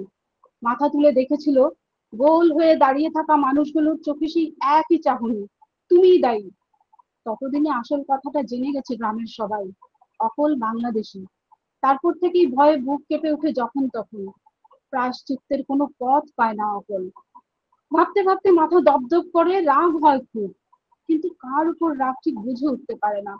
দেশ বদলের পাপ কি তার একার? উদ্গ্রীব চোখে অকলের মুখের দিকে তাকিয়েছিল বলাই। ভয়ে ঘুমোতে পারি না। ভয়? কিসের ভয়?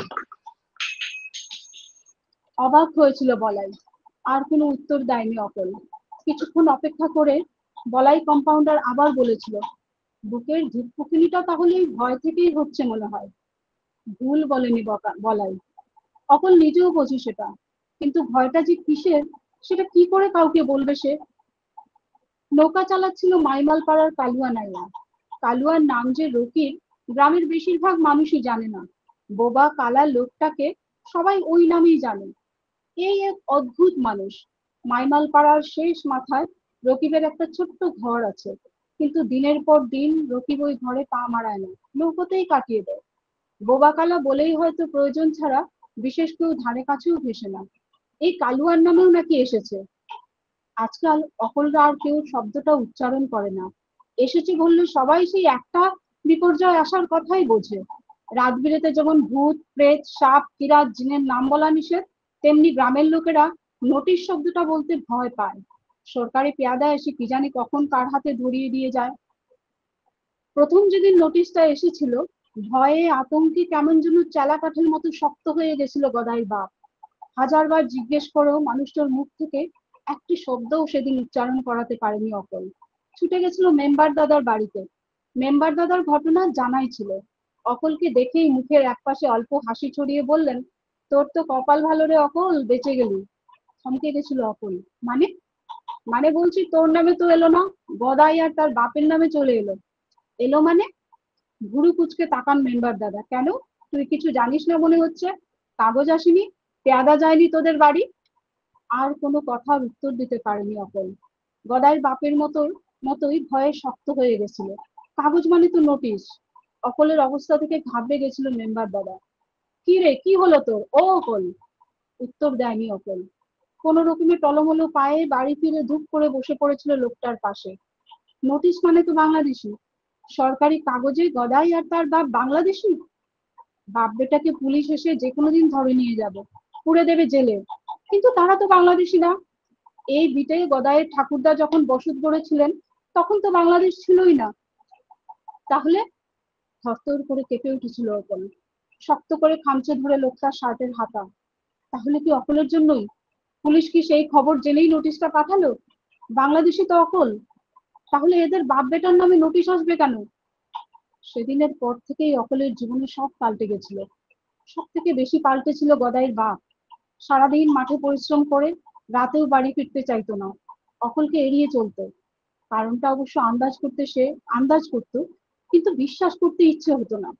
এতদিন যা কানাঘুষো সবাই বলাবলি করতো, নোটিশ আসার পর সামনাসামনি বলতে শুরু করেছে। কিন্তু তাতে অকলের কোনো দুঃখ নেই, কারণ কথাটা তো সত্যি। খুব বেশি বছর হয়নি এদেশে আসার। গদাইয়ের বাপ সব জেনেই তাকে ঘরে তুলেছিল, বলেছিল বিয়ে হলে তুই আর বাংলাদেশি থাকবি না, এদেশের হয়ে যাবি। স্বামীর ভিটে বাড়ি মেয়েদের দেশ হয়, শুধু এখনের না, 7 জন্মের জন্য তুই ভিটে বাড়িতে বাধা পড়বি অকল। কিন্তু হলো কই, উল্টে গদাইয়ের বাপ হয়ে গেল বাংলাদেশি। আশ্চর্য সবাই। অকলের নামে বিদেশি নোটিশ আসেনি। অদ্ভুত চোখে মাঝে মাঝে লোকটা তাকায় অকলের দিকে, খুব অপরাধী লাগে তখন অকলের। এই জন্যই লোকটার আজ এই অবস্থা। সে ঘরে আসাতেই প্রথম বউটা মরে গেল, সে বাংলাদেশি বলেই হয়তো নোটিশটা এসেছে লোকটার নামে। রেহাই পেল না গদাইও। সরকারের খাতাপত্রে বাপ বেটা দুজনেই এখন বিদেশি, অথচ সত্যিকারের বিদেশি অকলের নামে কোনো কাগজ আসেনি। অকল টের পেত ছটফট করছে লোকটা, রাতের পর রাত বারান্দার কোণটায় বসে কাটিয়ে দিত। একদিন মাঝরাতে একটা হালকা শব্দে ঘুম ভেঙে যায় অকলের, চোখ খুলে আঁতকে ওঠে। কুপির আলোয় আচ্ছায় দেখে বিছানার পাশে চুপ করে দাঁড়িয়ে আছে গদাইয়ের বাপ। অকলও তাকিয়ে আছে ঘুমন্ত অকল আর গদাইয়ের দিকে। ধর্মর করে উঠে বসেছিল অকল। ব্যস্ত হয়ে উঠে লোকটা, না ওঠো না, শুয়ে থাকো। বলতে বলতে অকলের পাশে বিছানায় বসে। একটা জরুরি কথা ছিল। বলো। তুমি কিন্তু আমার গদাইকে একা ছেড়ো না, যেখানেই যাবে, যে দেশেই থাকবে, গদাইকে সঙ্গে রেখো। একা ছাড়বে না কোনোদিন ছেলেটাকে। লোকটার গলার সুরে কেঁপে উঠেছিল অকল। এসব বলছো কেন, তুমি কোথায় যাবে? কাঁপা কাঁপা সরে লোকটা আবার বলেছিল, তুমি যদি তোমার দেশে ফিরে যাও, আমার গদাইকেও সঙ্গে নিবে। থরথর করে কেঁপে উঠেছিল অকল লোকটার কথা শুনে। আধো অন্ধকারে অকল টের পেয়েছিল লোকটা নিঃশব্দে গুমড়ে গুমড়ে কাঁদছে। অকল প্রাণপণ নিজেকে শক্ত করে, শোনো, আমি মাস্টার দাদার সঙ্গে উকিল বাবুর কাছে দেখা করতে গেছিলাম। জানি। কোনো কথা খুঁজে পায় না অকল, কারণ উকিলবাবু বলেছেন কাগজের উত্তর কাগজেই দিতে হবে। জমির দলিল, জন্মের কাগজ কিংবা স্কুলের পড়ার কাগজ কিছু একটা তো লাগবে প্রমাণ করার জন্য যে তোমার বর এদেশেরই। কিন্তু কিছুই তো নেই। গদাইর বাপই গল্প করেছিল, বছর বছর আসা বানের জলে নিজেরাই ভেসে গেছে বারবার গরু ছাগলের মতো। ঠাকুমার মনসা পুঁথি একটা ছিল, সেটাও একবার বন্যার পর ঘর পরিষ্কার করার সময় কাদার নিচ থেকে আধগোলা অবস্থায় বের করা হয়েছিল। মনসা পুঁথি রক্ষা পায়নি, কোথায় কি কাগজ? কে জানতো তখন রক্ত মাংসের মানুষের দেহে জানটা আসলে কাগজের। চাষাভুষের সংসারে ধানের গোলা, গোয়াল ঘর, লক্ষ্মীর ঘর যত্নে রাখতে হয়, এরকমই তো জেনে এসেছে তারা। আজ হঠাৎ সব কিছু ছাপিয়ে ওই কাগজের টুকরোগুলোই যে তাদের জীবন কাঠি হয়ে উঠবে, কি জানতো? তারপরেও চেষ্টা করেছে অকল। চেষ্টায় চেষ্টায় ভিটে বাড়ি ক্ষেত সমস্ত কিছু হাত ছাড়া হতে হতে মানুষটাও হাতছাড়া হয়ে গেল। এখন তো গদাইও। কিন্তু নোটিশের উত্তর লেখা কাগজ হাতে এলো না। আজকাল খুব সন্দেহ হয় অকলের, সত্যিই কি উত্তর লেখা, নোটিশের উত্তর লেখা কোনো কাগজ কারো হাতে আসে? তোমার দেশে গেলে গদাইকেও সঙ্গে নিয়ে যেও। আমার দেশ? ওই তো ওপারে দেখা যাচ্ছে। কিন্তু লোকটা তো এটাও বলেছিল স্বামীর ভিটেই মেয়েদের 7 জন্মের দেশ। তাহলে? আর সত্যি তো তার নামে তো কোনো নোটিশ আসেনি। তাহলে ওপার নয়, এপার। কিন্তু স্বামীর ভিটে এপারে সত্যি, সে ভিটেও তো বন্ধকে হাত ছাড়া। আর নোটিশ যে বলছে তার স্বামী বাংলাদেশি, অর্থাৎ সে বাংলাদেশির বউ। তাহলে কোথায় যাবে অকুল? গদাইয়ের কি হবে? নোটিশ যাদের একবার ছুঁয়েছে তাদের তো মরার পর এদেশে আগুনও নসিব হয় না পুলিশের হুজ্জুতিতে, ঘুষ দিতে হয়। অকল শুনেছে মানুষ বলা বলি করে, মন খুশ না হলে নোটিশের মরা ইদানিং জয় বাংলায় যা বলে জলে ফেলে দেয়। অকলের আঁচলের খুঁটে শুধু দুটো 10 টাকার নোট বাঁধা রয়েছে। ও দুটোতে মন খুশ হয় পুলিশের? হয় না। বড় নোট চাই, বড় বড় কাগজের নোট। অত নোট কোথায় পাবে অকল? নদীর বাতাসে শিরশির করছে অকলের শরীর। ওপারের অন্ধকারে মিটমিট জোনাকির আলো, ঝিঝির ডাক, এমনকি ছোট্ট একটা লণ্ঠনের আলো কি স্পষ্ট এখান থেকে। মিটমিট করতে থাকা জোনাকিগুলোর চারপাশে জমাট গাঢ় অন্ধকার জায়গাগুলো আসলে ঝোপ। ওই ঝোপগুলোতে প্রচুর ফড়িং আছে নিশ্চয়ই। জোনাকির ঝোপে ফড়িং থাকে। ছোটবেলা ফড়িং ধরে লেজে সুতো বাঁধার জন্য এরকম নদীর পাড়ে পাড়ে কত ঘুরেছে অকল। এই জন্য পিসির কাছে কত বকাঝকা খেয়েছে। পিসি বলতো পশু পক্ষীরা অমন কষ্ট দিতে নাই, ফড়িং তার ইচ্ছা মতো ঘুরবো ফিরবো উড়াল দিব, তুমি ওরে সুতা আটকাও কেড়ে। খুব অনিচ্ছায় অকল সুতো খুলে দিত ফড়িংয়ের লেজ থেকে। ওপারে নড়তে থাকা গাছগুলোর বাতাস খেলা করে অকলের কাগজ পাওয়া বাংলাদেশি ছোট্ট ছেলেটার চুলে ছুঁয়ে যায় অকলকেও। জোরে শ্বাস টানে অকল। বাতাসে ফরমেলিনের গন্ধের সঙ্গে একটা বহুদিন আগের হারিয়ে যাওয়া গন্ধ, জকিগঞ্জের সোদা মাটির গন্ধ। ছোটবেলা বৃষ্টির পর এই গন্ধটায় চঞ্চল হয়ে উঠত অকল। এক ছুটে জামতলায়, জামার কোচর ভর্তি জাম নিয়ে পায়ের পাতা ডুবোনো জলে ছলাচ্ছল ঢেউ তুলতে তুলতে উঠোন পেরিয়ে বারান্দায়, ভেজা পায়ে মাটির ঘরে লক্ষ্মীর পায়ের ছাপ খেলা শেষে মায়ের চোখ এড়িয়ে খাতার পাতা হাতে এক দৌড়ে আবার বারান্দায়, এক কোণে বসে আপন মনে খাতার পাতায় ভাঁজের পর ভাঁজ তুলে উঠোন নদীতে নৌকা ভাসান, কাগজের নৌকো। গভীর ঘুমে রকিব আর রন্টু, নাক ডাকার শব্দ হচ্ছে। নৌকার শক্ত কাঠের বিছানায় শুয়ে আছে গদাই। ছেলের মাথাটা কোল থেকে আস্তে করে নামিয়ে রাখে অকল। আকাশ জুড়ে চাঁদে মেঘে লুকোচুরি খেলা দেখতে দেখতে অকল বহুদিন পর কাগজে ভাঁজ তোলে। ছোট্ট দুটো 10 টাকার কাগজ, হাসপাতালের কাগজ আর পেয়াদার কাগজের নৌকারা সব জ্যোৎস্না মেখে সার বেঁধে দাঁড়িয়ে থাকে বোবা কালা রকিবের ডিঙ্গিতে। নৌকাগুলো এক মনে দেখতে দেখতে ঘুম ঘুম পায় তার, কিন্তু ছেলেটাকে একা ছাড়া যাবে না। অনেক দিন পর ছেলেকে বুকে জড়িয়ে দু চোখ ভেঙে ঘুম নামে অকলের। রূপগোলা বিছানায় গহন ঘুমে তলিয়ে যেতে যেতে ভাবে কতদিন কাজ পোকার টিপ করে মিশে। ধন্যবাদ। শেষ গল্প এখানে শেষ। মেঘমালার গল্প নিয়ে কে বলবেন? তো করিমগঞ্জের গল্প, কুশিয়ারা নদী ওপাশে জকিগঞ্জ। আমি জয়জিৎ ঘোষ। জয়জিৎ ঘোষ, মেঘমালা এই গল্প বলুন। খুব সুন্দর গল্প। প্রথমেই বলি যে জ্যোতির্ময় সেনগুপ্তর গল্পটিও মন ছুঁয়ে গেছে। এখন মেঘমালার এই গল্প, প্রথম হচ্ছে এই গল্পের যে নামকরণ আর কি, যে জীবন ফড়িংয়ের ফরম্যালিনের অনুপ্রাসটি সর্বপ্রথম পাঠকের দৃষ্টি আকর্ষণ করবে। এবং গল্পের দুটো ব্যাপার, একটা হচ্ছে যে সময় বেশি নেই, দুটো কথা বলে নি। এই কদিন আগেও আপনারা দেখবেন টেলিগ্রাফে একটা বেরিয়েছিল গ্রাফিকে, যেখানে দুটো ছবির একটা লেগেসি কোড, একটা আত্মহত্যার পরে বলে, এবং সেটা বারবার একটা কথা ফিরে এসেছে যে ডর লাগে, ডর লাগে, আই এম স্কেয়ার্ড। এবং এই ব্যাপারটা কিন্তু মেঘমালার গল্পের মধ্যিখানে আছে, যে ভয় করে। এই ভয় ঘুমোতে দেয় না মেয়েটিকে আর কি কোনোভাবেই। এবং গল্পে যেটা খুব বড় ব্যাপার সেটা হচ্ছে যে মানে অসম্ভব সুন্দর প্রতীকের ব্যবহার আর কি। গল্পের শেষে আমাদের প্রশ্ন জাগে, তাহলে ফরম্যালিনের গন্ধটা অতিক্রম করে ফড়িংটা বাঁচবে তো? আমাদের আশা করতে ইচ্ছে করে যে ফড়িংটা বেঁচে যাক, ফরম্যালিনকে অতিক্রম করে, মৃত্যুর গন্ধকে, ছায়াকে অতিক্রম করে ফড়িংটা বেঁচে যাক। এই আশা নিয়ে গল্পটা শেষ হচ্ছে। কিন্তু বারবার ঘুরে ফিরে একটা কথা ফিরে আসে যে ডর লাগে, ভয় করে। অসম্ভব ভালো একটি গল্প, এটুকুই আর কি আমার তরফ। অসম্ভব ভালো একটি গল্প। আর কেউ বলবেন? এই এই এই ডর লাগে, ভয় করে, এই যে এই ক্রাইসিসের, এই ক্রাইসিস নিয়ে আর কেউ বলবেন কিছু?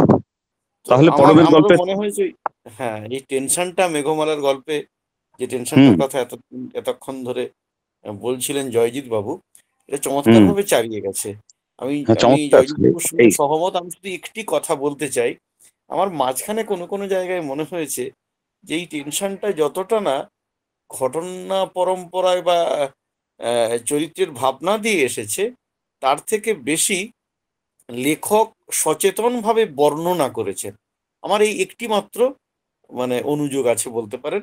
নাহলে চমৎকার গল্প। এবং মানে আজকে যেটা ভালো হচ্ছে, আমরা যারা পশ্চিমবঙ্গবাসী, যে কাগজ নির্ভর জীবন, এইটা যে আমাদের কাছে মানে অতটা ফিল করতে পারি না, এখনো পর্যন্ত পারি না, সেই মানুষদের এই যন্ত্রণা ইত্যাদি। না, এটা আসলে আমরা এখানে বসে বুঝতেই পারি না। আমি প্রসঙ্গত একটা পরমের গল্পে, মানে পরের গল্পে যাওয়ার আগে একটা কথা বলি, যে এনাদের সবার গল্প কান্তার ভূষণ নন্দীর সংকলিত উপদশের যে আসামের বাংলা গল্প সংখ্যা যেটা এখনো পাওয়া যাচ্ছে, সেটাতে কিন্তু এদের সবার গল্প সংকলিত হয়েছে এবং এই সমস্ত ক্রাইসিসের কথা, যে ক্রাইসিসটা আমরা এখানে বসে বুঝতেই পারি না, সেগুলো রয়েছে। তো আমরা মানে আমি বলবো যে উপদশের ওই সংখ্যাটি সম্ভব হলে সবাই দেখবেন, যে আসামের বাংলাভাষী মানুষ কি অদ্ভুত, বরাকের বাংলাভাষী মানুষ কি আশ্চর্য ক্রাইসিসের ভেতর, একদম আইডেন্টিটি ক্রাইসিসের ভেতর আছে। সেটা এই প্রতিটি গল্পেই সেটা আসছে। আমরা এবার পরমের গল্পে যাব। সুকান্ত দে হাত তুলেছেন, সুকান্ত দে। আমিও একটা জায়গাতে আমার মনে হচ্ছিল যে লেখক বুনেছেন, লেখক সচেতন ভাবে কিন্তু যন্ত্রণাটা বোনার চেষ্টা করেছেন। ওই কিছু জায়গায় আমার মনে হচ্ছিল যে গল্পটাকে একটু ছোট করা যেতে পারে। আমার এই জায়গাটাই মনে হচ্ছে, বাকি জায়গা আমার দারুণ লেগেছে। বিশেষ করে উনি গোটা গল্পটাই বর্ণনা নির্ভর ভাবে চালিয়ে গেছেন এবং ওই যেটা বললেন প্রতীকের ব্যবহার অসাধারণ, আমার ভীষণ ভালো লেগেছে গল্পটা। হ্যাঁ, লেখক তো ইনভলভ হবেনি, লেখক এই ক্রাইসিস বাইরে থাকবেন কি করে, তিনি লিখতে লিখতে এই গল্পের ভেতর ঢুকে যাবেনি। ঠিক আছে, আমরা পরমের গল্পে যাই। পরম পেশাগতভাবে দীর্ঘদিন বিভিন্ন সংবাদপত্রের সঙ্গে যুক্ত থাকার অভিজ্ঞতা রয়েছে তার। আপাতত কোনো পেশায় নেই। গত 4 দশক থেকে শিলচর থেকে প্রকাশিত প্রতিশ্রুত লিটল ম্যাগাজিন সম্পাদনার সঙ্গে যুক্ত। এছাড়াও শিলচর থেকে প্রকাশিত কাললিপি, অজানা ও বরাক কণ্ঠ ইত্যাদি নিউজ ম্যাগাজিন ও সাপ্তাহিক সাংস্কৃতিক ও সমাজ রাজনৈতিক প্রকাশনা ও সম্পাদনায় যুক্ত থাকার অভিজ্ঞতা রয়েছে। 4 দশকে বরাক উপত্যকার প্রতিস্রোত, সাহিত্য, ব্রহ্মপুত্র উপত্যকার পূর্বদেশ, একা এবং কয়েকজন, 2 উপত্যকার যাপন কথা লিটল ম্যাগাজিনে ছোট গল্প প্রকাশিত হয়েছে বিভিন্ন সময়ে। সংবাদপত্রে ফিচার বা নিবন্ধ প্রকাশিত হয়েছে নানা সময়ে। 1991 সালে বরাক উপত্যকার বদরপুর রেল শহরতলি থেকে প্রকাশিত ঈশান লিটল ম্যাগাজিনের শারদ সংখ্যায় আহা যদি অহর্নিশ দাঙ্গা হতো গল্পটি উগ্র ধর্মান্ধদের রোষানলে পড়ে। তারা ঈশান পত্রিকার কপি সদর রাস্তায় পুড়িয়ে ফেলে, এ নিয়ে আলোড়ন সৃষ্টি হয়। বরাক উপত্যকায় তো বটেই, কলকাতার আজকাল ও কিছু দৈনিকে খবরটি সেই সময় কিন্তু প্রকাশিত হয়েছিল। রৌরব লিটল ম্যাগাজিনে গল্পটি এখানে পুনঃপ্রকাশিত হয়। 2009 সালে গল্পটি পুনশ্চ প্রকাশনের বিজিত ঘোষ সম্পাদিত দাঙ্গার গল্প দাঙ্গার বিরুদ্ধে, সেখানেও গল্পটি রয়েছে। 2009 সালে গুয়াহাটি থেকে প্রকাশিত একা এবং কয়েকজন লিটল ম্যাগাজিনে প্রকাশিত ডেডলাইন লাস্ট গেট গল্পটি 2024 সালে কলকাতা থেকে প্রকাশিত উপদশের অসমের বাংলা ছোট গল্প, যেটি বলছিলাম সম্পাদনা কান্তার ভূষণ নন্দী, সেখানে সংকলনভুক্ত হয়। গল্পটি antonym council of global art and literature গল্প বিশ্ব এর শ্যামল গঙ্গোপাধ্যায় ছোট গল্প সম্মান 2024-এর জন্য নির্বাচিত হয়। লেখালেখির চর্চায় খুবই অনিয়মিত, এটা পরম বলতে চেয়েছে। এখনো পর্যন্ত কোনো সংকলন বা গল্প গ্রন্থ নেই। বেশ, পরম শুরু করো। আমার গল্পের নাম সুর সঙ্গম। কুকিছড়া সার্জুমের আকাশ খুব কাছাকাছি। শন আর বাঁশের গাছগুলো প্রায় পিঠোপিঠি। ঢালের পর ঢাল পেরিয়ে টিলাকে টিলা উঠে এসে ঠেকেছে মাথায় মাথায়। যোজন মাইল দূরের বড়াইলকে মাথায় রেখে টিলাগুলোর মাথা কেবলই ছুটে চায় অনন্ত ধোয়াটে নীলাকাশ। ঢেউয়ের ফাঁকে ঢলে সূর্য, সে তার আবির মুখখানি বাড়িয়ে দেয়। তার দোল রং খেলে খেলে যায় কুকিছড়া সার্জুমের ঘর বাড়ি, মাঠ বাতাস আর বিস্তীর্ণ জলাধারে। ফোরচাঁদের মাথায় সূর্য ঠিক রয়ে ভোর সকালেই। কপাল চেরা টিলার পর টিলায় সূর্য মাথায় করে কোদাল গাঁইতি চালায় ফোরচাঁদ, কুমুদলাল, বুলেটরা। নিচে দাঁড়িয়ে থাকে স্তব্ধ নিরেট লরি। কুকিছড়া আর সার্জুমের বিভাগী জমিতে ক্রমশ লরির পেটটা ফুলতে থাকে। ডাঁই হয়ে থাকা সেই ঢাউস পেট খালাস হয় দূরবর্তী কোনো উন্নয়ন প্রকল্পে কিংবা তেলচিক্কন কোনো জাতীয় মহাসড়ক।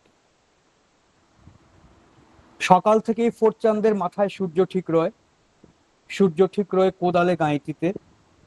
আকাশের দিকে মাথা উঁচু করে পরস্পরকে আঁটোসাঁটো জোড়াজড়ি করে থাকা বাদামি মাটি ঝুরঝুর ঝরে পড়ে পেট খুলে মেলে থাকা লরিতে।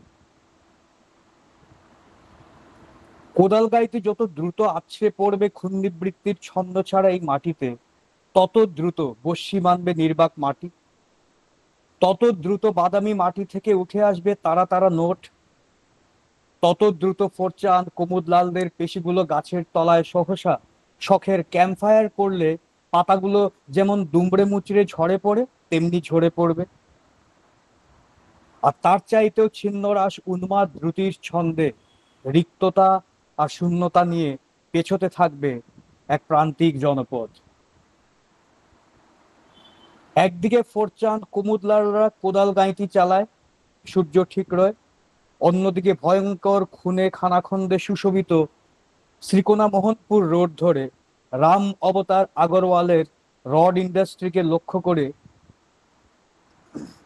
তরুণী তরুণ যুবক যুবতী আধবয়সী মাঝবয়সীরা পা হাত টেনে টেনে গলা বুক ঠেলে ঠেলে টিফিনের কৌটো দোলাতে দোলাতে ছুটতে থাকে শ্রম চুরি সর্বস্ব সস্তাশ্রমের দিনরুজির হাতছানি।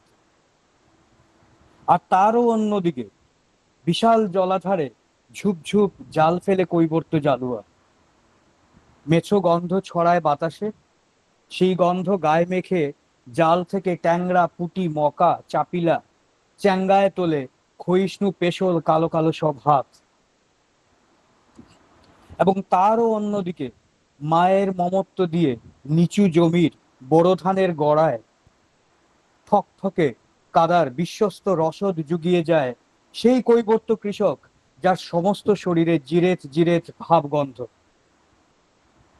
এহেন উদয়চাঁদ বেটার কানের পাশে কৃষ্ণক্ষয়ের পোড়া কপালে টাটায় তীক্ষ্ণ রোদ, হাঁটু পর্যন্ত কাদার বুট জুতোর ছলপ ছল ছলপ ছল ছলপ ছল, ছাবাল হালির কচি ঘাড় সেই মাতৃশব্দে খিলখিল নেচে ওঠে।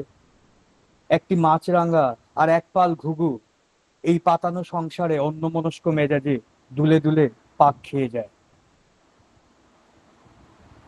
সব মিলিয়ে কুকিছড়া সারজুমে প্রভাতী ব্যস্ততার ধুম লেগে যায়।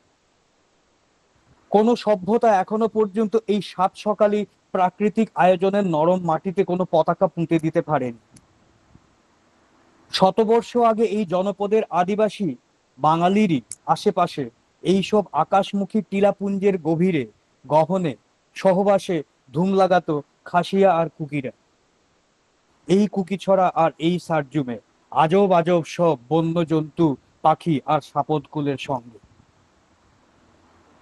কারখানায় যাওয়ার, শিলচর থেকে অদূরে নোনাপানি চা বাগিচায় যাওয়ার, আলমবাগ কিংবা চিবিটা বিচিয়া যাওয়ার শ্রীকুনা মোহনপুর নামের আজকের সভ্য মসৃণ সড়কটি তখন ছিলই না। কুয়ারপাড়, দামছড়া, নদিয়াপুর, ইন্দ্রগড় নামগুলোর অনেক আগে এই জনপদ ছিল তাপাং নামে একটি ধনির খাস তালুক। সভ্য কাল প্রবাহে আজ তাপাং একটি প্রশাসনিক ব্লক। এক সময় আকাশের দিকে চেয়ে থাকা টিলার পর টিলাগুলোর ঘন সবুজ শান সারসার গম্বুজ প্রাকারের রহস্যময়তায় এলিয়ে পড়ত সুরঙ্গ সদৃশ অধুনা পরিচিত এই বহুল শ্রীকুনা মোহনপুর রোডে। টিলাগুলোর মাথা ছুঁয়ে সূর্য তখন তার উড়ন্ত চুম্বনের রোয়াবে খেলা করত পাহাড় টিলাগুলোর মাথায় মাথায়, আকাশের উঠোনে, বিলপাড়ের কদম আর হিজলের গায়ে। টিলায় টিলায় একসময় কুকি খাসিয়াদের বস্তি পুঞ্জিগুলি যে গহন কুহক গাথা গাইত, আজ সে সুর আর কোথাও বিম্বিত হয় না, ধ্বনিত হয় না, কিন্তু তেমন করে কান পাতলে সে সুরের দীর্ঘশ্বাস তামাম এই তাপাঙের যত্রতত্র শোনা যায়। খাঁজে খাঁজে লুকিয়ে থাকা বুনো যোদ্ধাদের মাথা শিকারের আখ্যানও নিঃশব্দে প্রতিধ্বনিত হতে থাকে।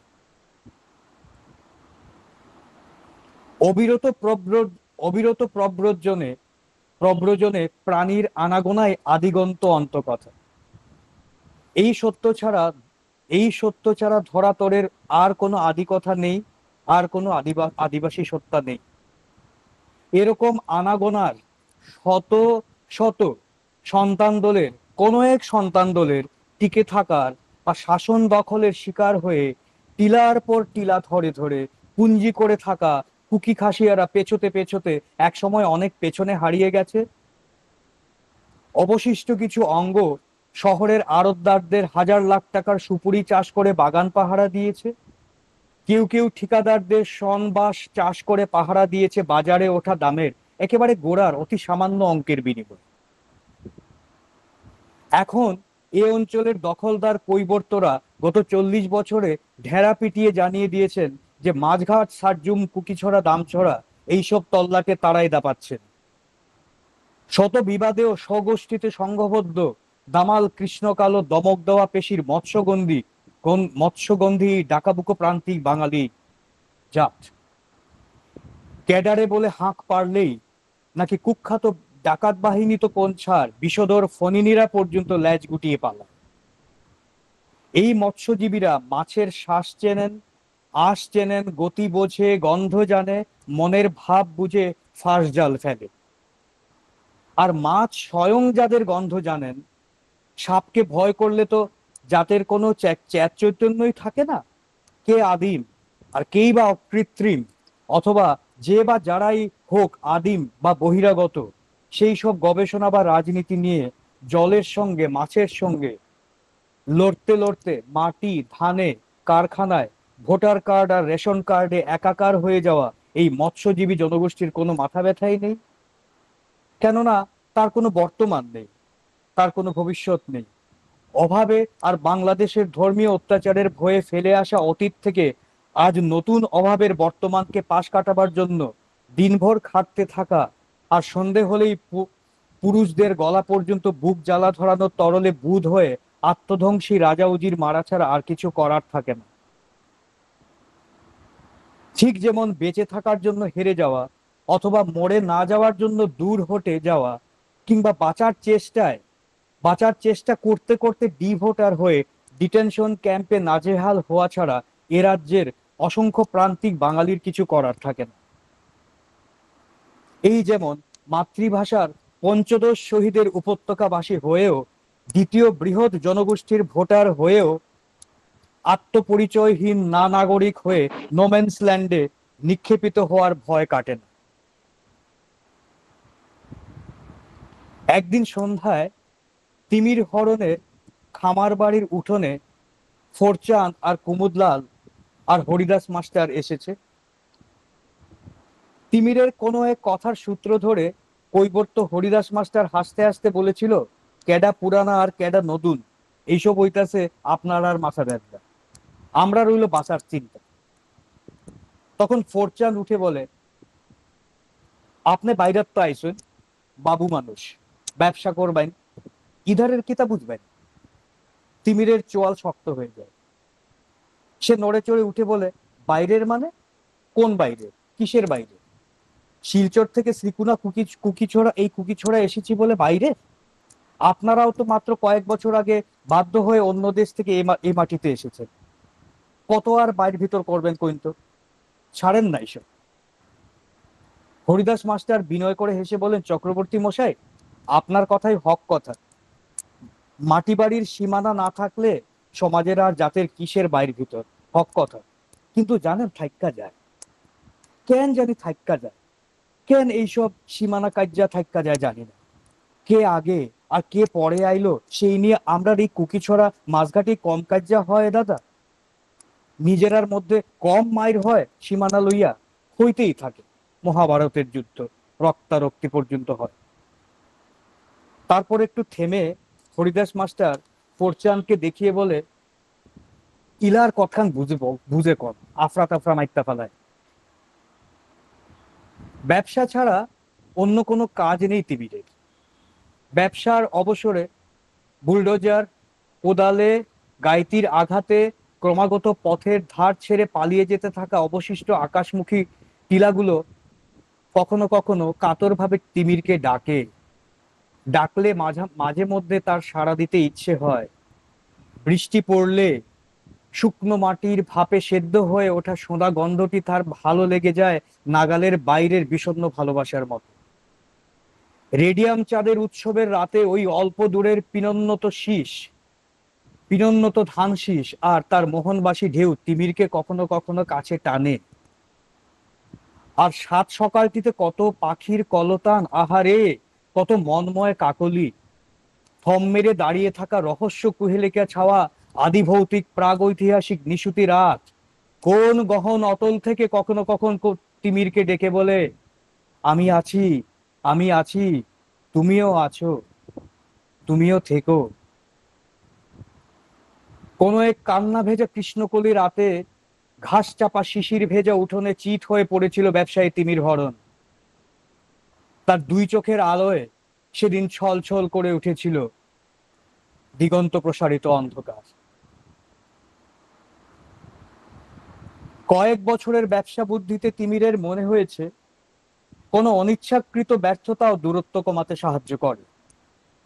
সীমানার কাজ্যা, ফিশারির বাঁধ, বিভিন্ন দরাদরিতে তিমিরের অনিচ্ছাকৃত ঠকে যাওয়াটা তাকে মৎস্যজীবীদের কারো কারো বেশ কাছাকাছি নিয়ে আসে। তিমির আড্ডাপ্রবণ, মাসের বেশিরভাগ দিনই খামার বাড়ির কাজে থাকতে হয়। বিকেলে কাজ শেষ হওয়ার পর সন্ধ্যায় আড্ডা প্রায় রোজকার ব্যাপার। এদের মধ্যে হরিদাসের সঙ্গে বেশি সখ্য গড়ে উঠেছে তিমিরের। হরিদাস মাস্টার স্বল্প ফিজের ডাক্তারবাবু, আবার ভেঞ্চার পাঠশালার বিনা বেতনের শিক্ষকও। তো খামার টিলার উঠোনে জমিয়ে বসে দুপক্ষই তির্যক মন্তব্যে, শ্লেষে, মজায় ভোট, বাজার আর ভূতের গল্পের আড্ডা চলে। রোজই তরজা কাজিয়া মহলা চলে। কোথায় তার সুখটান, কি যে তার রূপটান কে জানে। তিমির কথায় কথায় একদিন হরিদাস মাস্টারকে বলল, আপনারা তো বাঙালি, আপনার বাংলা পাঠশালা অনেক ছাত্র আসে যায় রোজ দেখি টিলা থেকে। যায় আসে, মাথা নেড়ে সায় দেন হরিদাস মাস্টার। পড়াশোনায় আগ্রহ কেমন? ওই যে কইলাম, পাঠশালায় আসে তারপর বাড়ি যায়। আসে যায় মানে পড়ালেখা? ওই তো, আমি তো পড়াই আর তারাও পড়ে, এই বলে হো হো করে হেসে ওঠেন হরিদাস মাস্টার। এ বিষয়ে আর কোনো কথা না বাড়িয়ে প্রসঙ্গ বদলে তিমির জিজ্ঞেস করে, আচ্ছা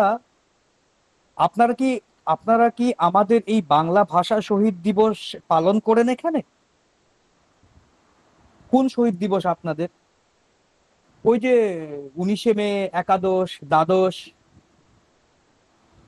তো এইসব তো কোনোদিন এখানে হয় নাই দাদা, শুনি নাই।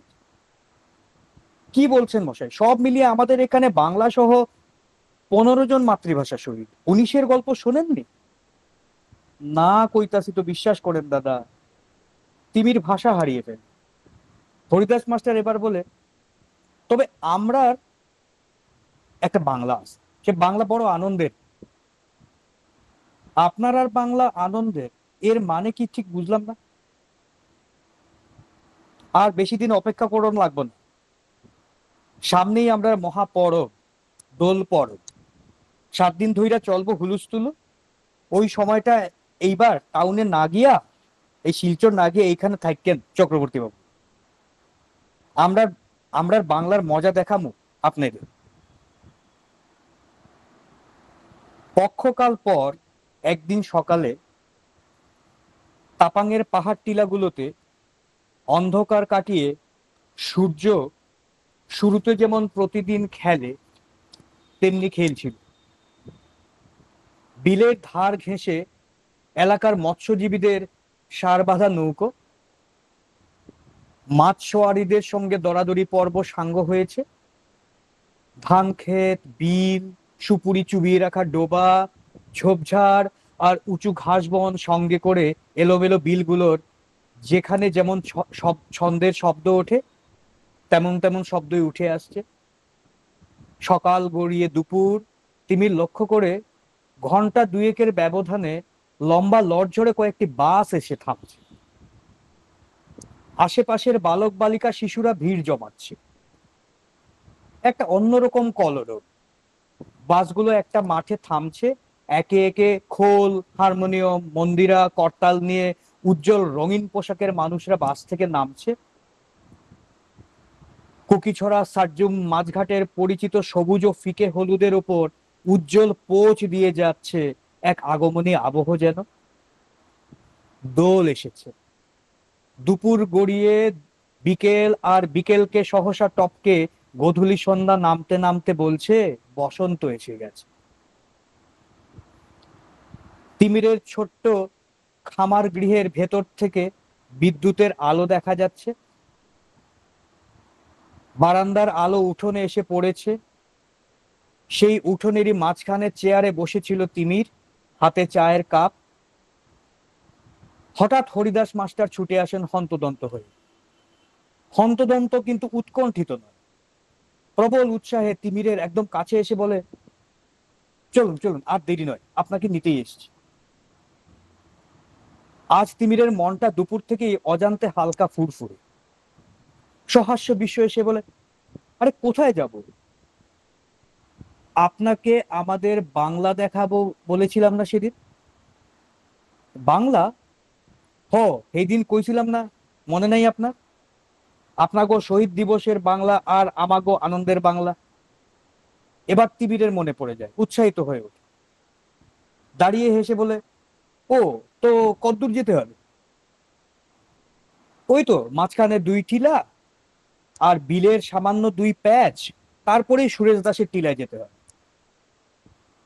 বেশি সময় নেয় না তৈরি হতে, কিন্তু ফটফটে জ্যোৎস্নাতেও অভ্যাসবশত টর্চ হাতে ঘর থেকে বেরিয়ে আসে তিমির। আর উঠোনে এলে শুনতে পায় মাইকে খোল করতালের ধ্বনি, নিচের বিলের জল আর টিলাগুলোর গাছগাছালিকে সঙ্গে করে উঠছে আর নামছে। হরিদাস মাস্টারের সঙ্গে খামার টিলা থেকে নামতে নামতে সদর রাস্তায় চলতে চলতে বসন্ত পূর্ণিমার পরিপূর্ণ পূর্ণতায় উন্মোচিত হওয়ার আগে মন কেমন করা আলো আধারে সম্মোহিত হয়ে যায় তিনি। গন্তব্যের দিকে যত এগোচ্ছে, খোল, মৃদঙ্গ, করতাল আর কীর্তনের বৃন্দ শব্দ কাছে চলে আসছে। মিনিট 15 পর দুজনে এলাকার বড় মহাজন সুরেশ দাসের বিশাল টিলার উঠোনের দিকে উঠতে থাকেন। বিদ্যুতের আলোয় চারপাশ এখন এতটাই ভেসে আছে যে অন্ধকার এখানে কোনো ফাঁক খুঁজে পাচ্ছে না। চুড়ি, মালা, বালা, পুতুল আর নানা রঙের আবির নিয়ে অস্থায়ী দোকানিরা পসরা সাজিয়ে বসেছেন। বাচ্চা কাচ্চারা এদিক ওদিক ছুটছে। বালিকা, কিশোরী, যুবতী, যুবক, তরুণ, প্রৌঢ়, বৃদ্ধ যার যার মতো পরিসরে, ব্যস্ততায়, তৎপরতায় বা গোল গোল চুপটি আড্ডায় ছড়িয়ে আছে। উঠোনের একদম মাঝখানে বিশাল শামিয়ানার নিচে কোনো কীর্তন দোলের প্রেম বৃন্দগান গাইছে। অনেকে নিবিড় বসে শুনছেন, কেউ নাড়ছেন মাথা। এইখানে দাঁড়ান দাদা, এইখান থেকে ভালা শুনুন যাইব, দেখানো যাইব। হরিদাস মাস্টারের কথায় অর্ধ সম্মোহিত তিমিরের সম্বিত ফিরে আসে।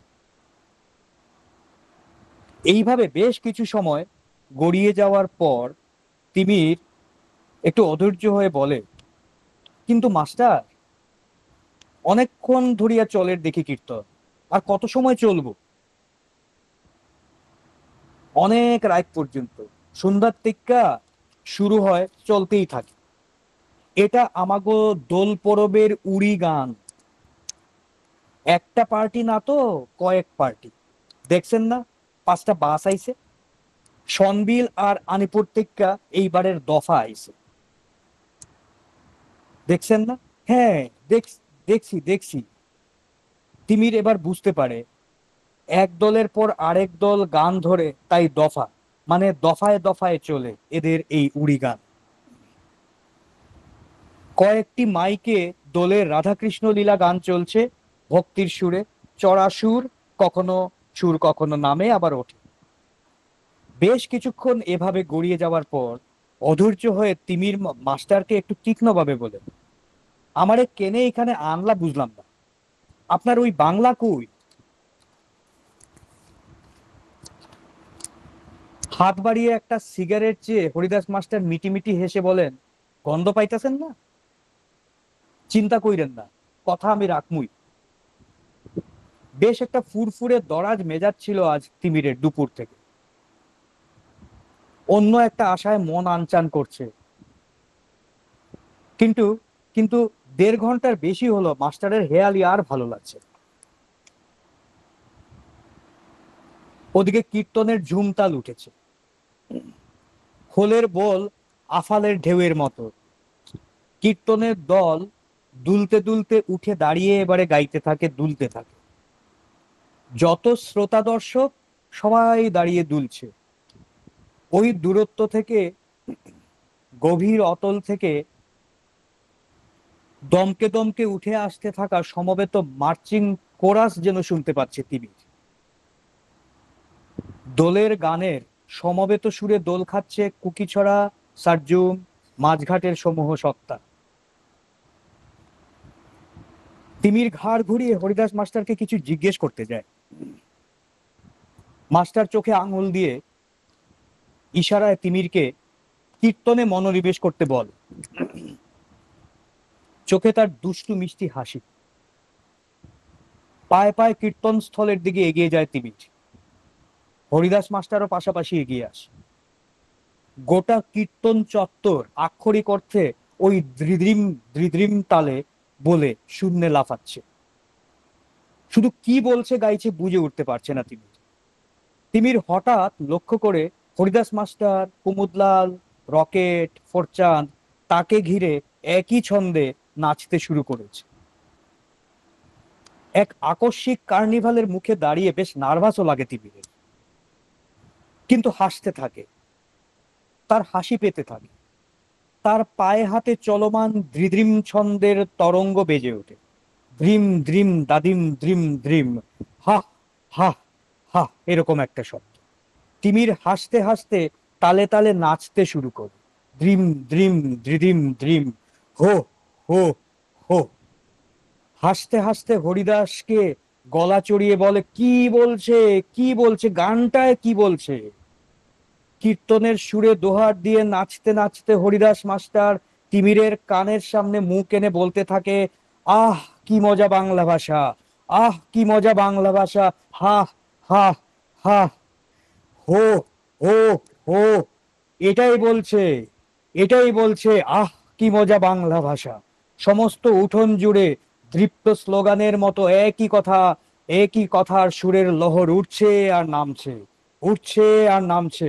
আহ কি মজা বাংলা ভাষা, দ্রিদিম দ্রিদিম দ্রিম, আহ কি মজা বাংলা ভাষা। আনন্দ বিস্ময়ে তন্ময় তিমির দোহার দিতে দিতে আকাশের দিকে দুচোখ বুজে দুহাত তুলে দোল খেয়ে খেয়ে যায়। মায়ের ভাষা, প্রাণের ভাষা নিয়ে কোনোদিন এমন আনন্দে মাতোয়ারা হয়েছে বলে মনে পড়ে না তিমিরের। গানের ছন্দে তালে দোল খেতে থাকে Haridas master, Kumudlal, bullet, rocket, ফরচাঁদ সহ উঠোন জোড়া মানুষ। তৈরি হতে থাকে এক গূঢ় সংযোগ, এক প্রগাঢ় সংযোগ। গভীর রাতের বসন্ত মাধুর্যে মাখামাখি হয়ে প্রান্তিক জনের ভাষা ভালোবাসার সুর বরাক বরাক নদীর অববাহিকা জুড়ে বড়াইল পাহাড়ের গায়ে গায়ে ছড়িয়ে যায়। দেহাতি দোলের আনন্দ আবির আর শহরের শহীদের রক্ত মিলেমিশে এক অপরূপ আলপনায় সেজে উঠতে থাকে বরাক বসুন্ধরা। নমস্কার।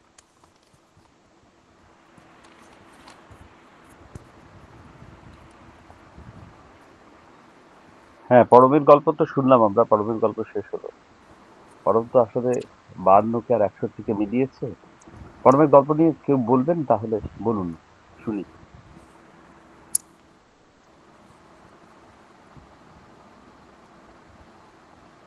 অরিন্দম দা বলুন না একটু, অরিন্দম গোস্বামী, অরিন্দম দা যদি দেখছিলাম আছেন।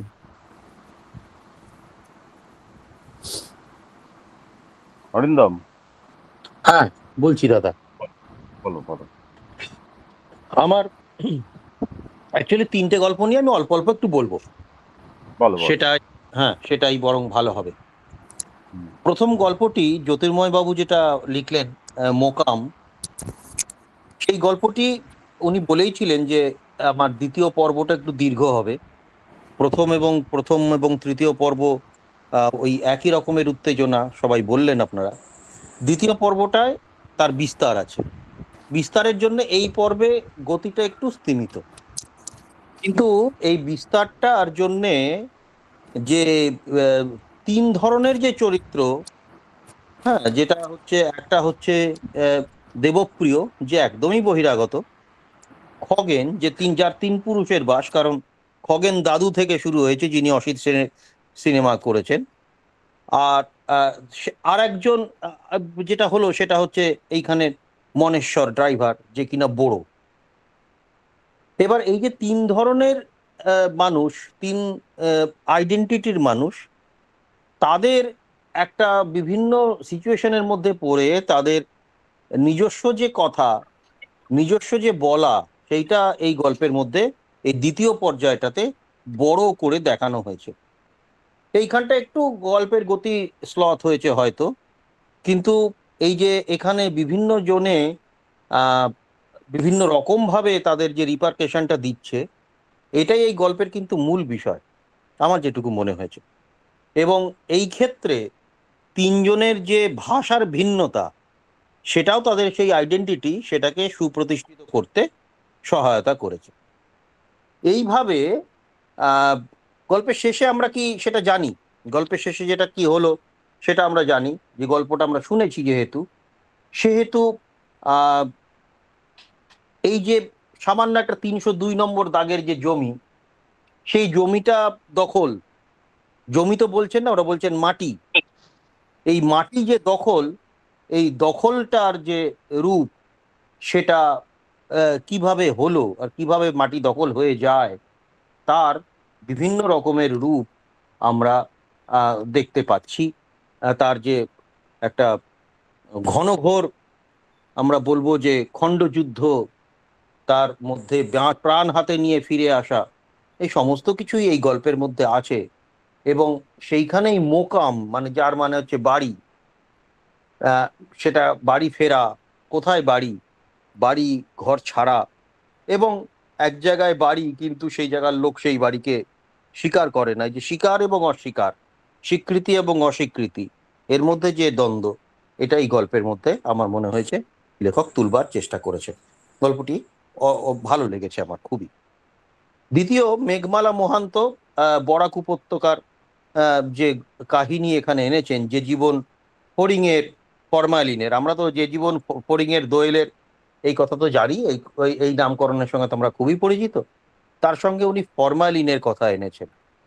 এবং সেই যে ফড়িং, যেটাকে ওই লেজে দড়ি বেঁধে ঝুলিয়ে দিত কখনো কখনো, তার ওড়ানোটা দেখতো, এবং যেটাকে সেই ছোটবেলায় তাকে বলা হয়েছিল যে কষ্ট দিতে নেই, সেই কষ্ট দিতে নেই শুনে যে ছেড়ে দিয়েছিল। এই ফড়িং এখানে একটা প্রতীক, এই ফড়িং এখানে প্রতীক। ফড়িং একেবারে নির্বিরোধী, ফলে তাকে যখন তখন সুতো বাঁধা যায়, এবং দয়া হলে তখন তাকে ছেড়েও দেওয়া যায়।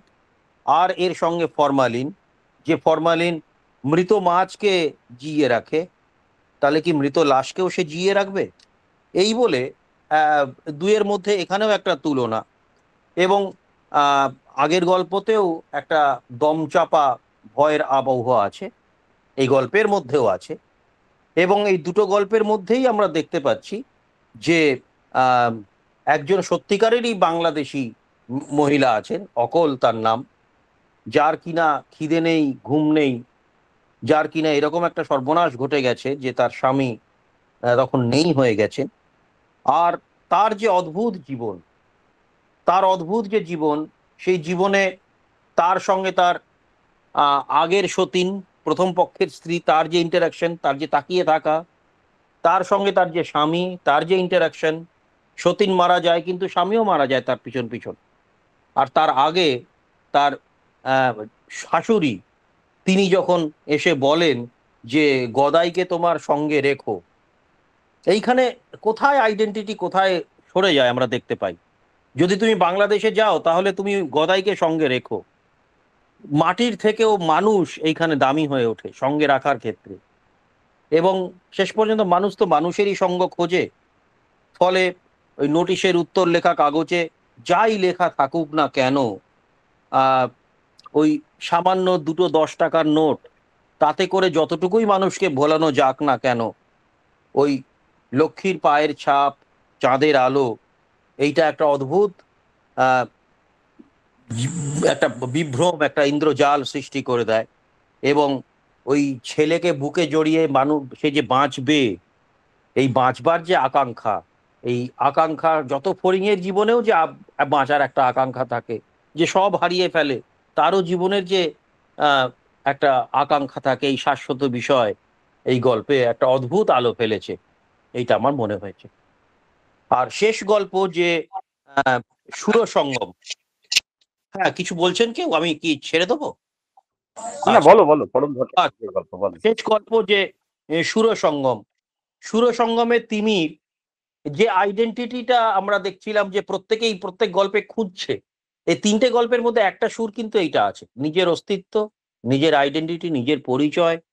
হ্যাঁ, এই পরিচয়ের যে খোঁজ, এই পরিচয়ের খোঁজের দুটো দিক এখানে দেখিয়েছেন উনি। একটা ওই 19শে মে বরাক উপত্যকায় যে বাংলা ভাষার জন্যে যে সংগ্রাম, যেখানে শহীদ হয়েছেন বেশ কয়েকজন মানুষ, আমরা তো এইগুলোকেই ধরি, আমরা 21শে ফেব্রুয়ারি ধরি, 19শে মে ধরি, এইগুলোকেই ধরি। কিন্তু এর বাইরে এই যে প্রথাগত আমাদের যে উদযাপন, এই উদযাপনের বাইরে একটা অন্য ধরনের উদযাপন, একদম অন্য ধরনের উদযাপন। এই গল্প না শুনলে আমরা এই উদযাপনের কথা হয়তো জানতেই পারতাম না। সেখানে তিমির বলে যে চরিত্রটি, এই তিমির চরিত্রটির মানে যে অভিজ্ঞতা অর্জন, আমাদের তার তিমিরের হাত ধরে ধরে আমাদেরও সেই অভিজ্ঞতাটা অর্জন হয়েছে। এবং এই চরিত্রের নাম যে তিমির, এটা খুব সাজেস্টিভ বলে আমার মনে হয়। যে অন্ধকার আমাদের না জানার অন্ধকার, অজ্ঞানতার অন্ধকার, এটাই যেন তিমিরের নামের মধ্যে দিয়ে ফুটে উঠেছে। আর তার সঙ্গে সঙ্গে বিদ্যুতের আলো, তিমিরের সঙ্গে সঙ্গে অন্তত বাড়তিরেক উনি বিদ্যুতের আলো ব্যবহার করেছেন, তিমির বলতেই বিদ্যুতের আলো। এই যে হঠাৎ করে তিমিরের আবরণ সরে যাওয়া, এইটা এই গল্পের মধ্যে কিন্তু বারবার উনি ব্যবহার করবার চেষ্টা করেছেন। আর একটা কোথায় যাচ্ছি, আমাকে কোথায় নিয়ে যাচ্ছ বলে গল্পের শেষে একদম ক্লাইম্যাক্সে আমরা পরপর পৌঁছাচ্ছি, যে কোথায় আমরা নিয়ে যাচ্ছ, কোথায় আমাকে নিয়ে যাচ্ছ। হ্যাঁ, সামিয়ানার নিচে সেখানে বৃন্দ গান হচ্ছে, এখানে অনেক রাত পর্যন্ত, এই বিরক্ত লাগছে, একই রকমের উড়ি গান, সেটা দোল পরবের 5 বাস লোক এসছে, এরা কি একই রকম ভাবে গাইবে? দেখা গেল না, এরা পরপর নিজেদের শিফট করছে, নিজেদের অংশটা গেয়ে আবার একদলকে গাইবার সুযোগ করে দিচ্ছে। এবং তোমরা এখানে আমাকে আনলে কেন, এখানে বাংলা কই, এখানে তো একটা হেঁয়ালির মধ্যে আমাকে এনে ফেলছো। এটা শুধু তিমির যে বলছে তা না, আমরা যারা গল্পের এখানে শ্রোতা, আসলে পাঠক হব, সেই জায়গায় আমরাও কিন্তু এটা ভাবছি যে এই গল্পের শেষ কিভাবে হবে। তারপরে উনি একটা ধ্বনি এনেছেন, ধ্বনি দ্রিদিম দিম এরকম একটা ধ্বনি এনেছেন। উনি তো সুর সঙ্গম গল্পের নামকরণ, আমরা জানি যে গল্পের শেষ পর্যন্ত যে সমাপন হবে, সেটার মধ্যে সুর, সঙ্গীত একটা বড় ভূমিকা গ্রহণ করবে। আমরা নামকরণ থেকেই সেই মানে আকাঙ্ক্ষা আমাদের কাছে দেখতে পেয়েছি। এবং শেষ পর্যন্ত সেইখানে নিয়ে আসেন, এখানে যে মাস্টার মশাই যে তিনি নিয়ে আসেন, এবং তার সঙ্গে হরিদাস মাস্টার মশাই, তার সঙ্গে আরো যারা আছে এখানে, হ্যাঁ কুমুদ সে আসে, রকেট আসে, বুলেট আসে, এবং সেই তালে তালে তার চারপাশে এরা নাচতে থাকে। এবং এই নাচের এমন সংক্রামক ক্রিয়া যে এই নাচ সংক্রামিত করে পরমকে, পরমও নাচতে থাকে, হাসতে থাকে তালে তালে। গানটায় কি বলছে তখনও পর্যন্ত আমরা জানি না যে গানটায় কি বলছে, তুমিও জানেন না, আমরাও জানি না।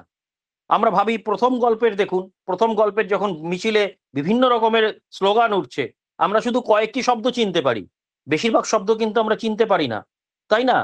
লেই লেই, সেই সেই, আমরা কি এর মানে জানি? আমি তো জানি না। তো যাই হোক, শেষ গল্পেরও এসে আমরা দেখি যে মানে জানি না কি বলছে গানটায়, কিন্তু পরে আমাদের কাছে সেটা আসে, সেটা আমাদের কাছে উদ্ঘাটিত হয় যে কি মজা বাংলা ভাষা। হ্যাঁ, এইভাবে যে মায়ের ভাষা, প্রাণের ভাষা, হ্যাঁ, এমন মাদকতা নিয়ে, এমন মাতোয়ারা করে, এমন সবাইকে ইনক্লুসিভলি ইনভলভ করে, সবাইকে একসাথে গ্রথিত করে যে ভাষা, তৈরি হয়, যে ভাষার ধ্বনি, যে ভাষার সুর মানুষকে এমনভাবে সবার সঙ্গে মিলিয়ে দিতে পারে, সেটাই তো সঙ্গম। সেই সঙ্গমের উদ্দেশ্যেই তো আমাদের যাত্রা। আমাদের সুর সমস্ত সময় তো সেটার অপেক্ষাতেই থাকে। সেই প্রার্থিত যে সঙ্গমে শেষ পর্যন্ত গল্পকার আমাদের পৌঁছে দিতে পেরেছেন, এবং এ একটা অনন্য অনুভূতি আমাদের কাছে। এরকম আমরা এরকম গল্প শুনিনি। ফলে একটা অদ্ভুত, আমরাও একটা জায়গায় পৌঁছাই, একটা বিন্দুতে পৌঁছাই, একটা শীর্ষে পৌঁছাই, এবং তিনটি গল্পই একটা অন্য ধরনের যাপন থেকে উঠে এসেছে, একটা অন্য ধরনের জীবনচিত্র তার মধ্যে আমরা পাই। আর পরমবাবুর এই গল্পের মধ্যে আর একটা জিনিস উনি খুব সুন্দর ব্যবহার করেছেন, সেটা হচ্ছে প্রকৃতি। এত সুন্দর প্রকৃতির বর্ণনা বারবার করে উনি দিয়েছেন এখানে। হ্যাঁ, দুর্দান্তভাবে প্রকৃতিকে ব্যবহার করতে পেরেছেন। প্রকৃতি সময়ের সঙ্গে সমন্বিত হয়ে গেছে এখানে। আর গল্পের মধ্যে একটা অদ্ভুত অনুভূতি ছড়িয়ে দিয়েছে। এই তিনটে গল্প নিয়ে এটাই আমার প্রতিক্রিয়া। তিনটে গল্পই অসাধারণ তার নিজের নিজের দিক থেকে। ধন্যবাদ। অধ্যাপক এবং গল্পকার অরিন্দম গোস্বামীর এই অসামান্য বিশ্লেষণ ছাড়া অনুষ্ঠান সম্পূর্ণ হবে কি করে?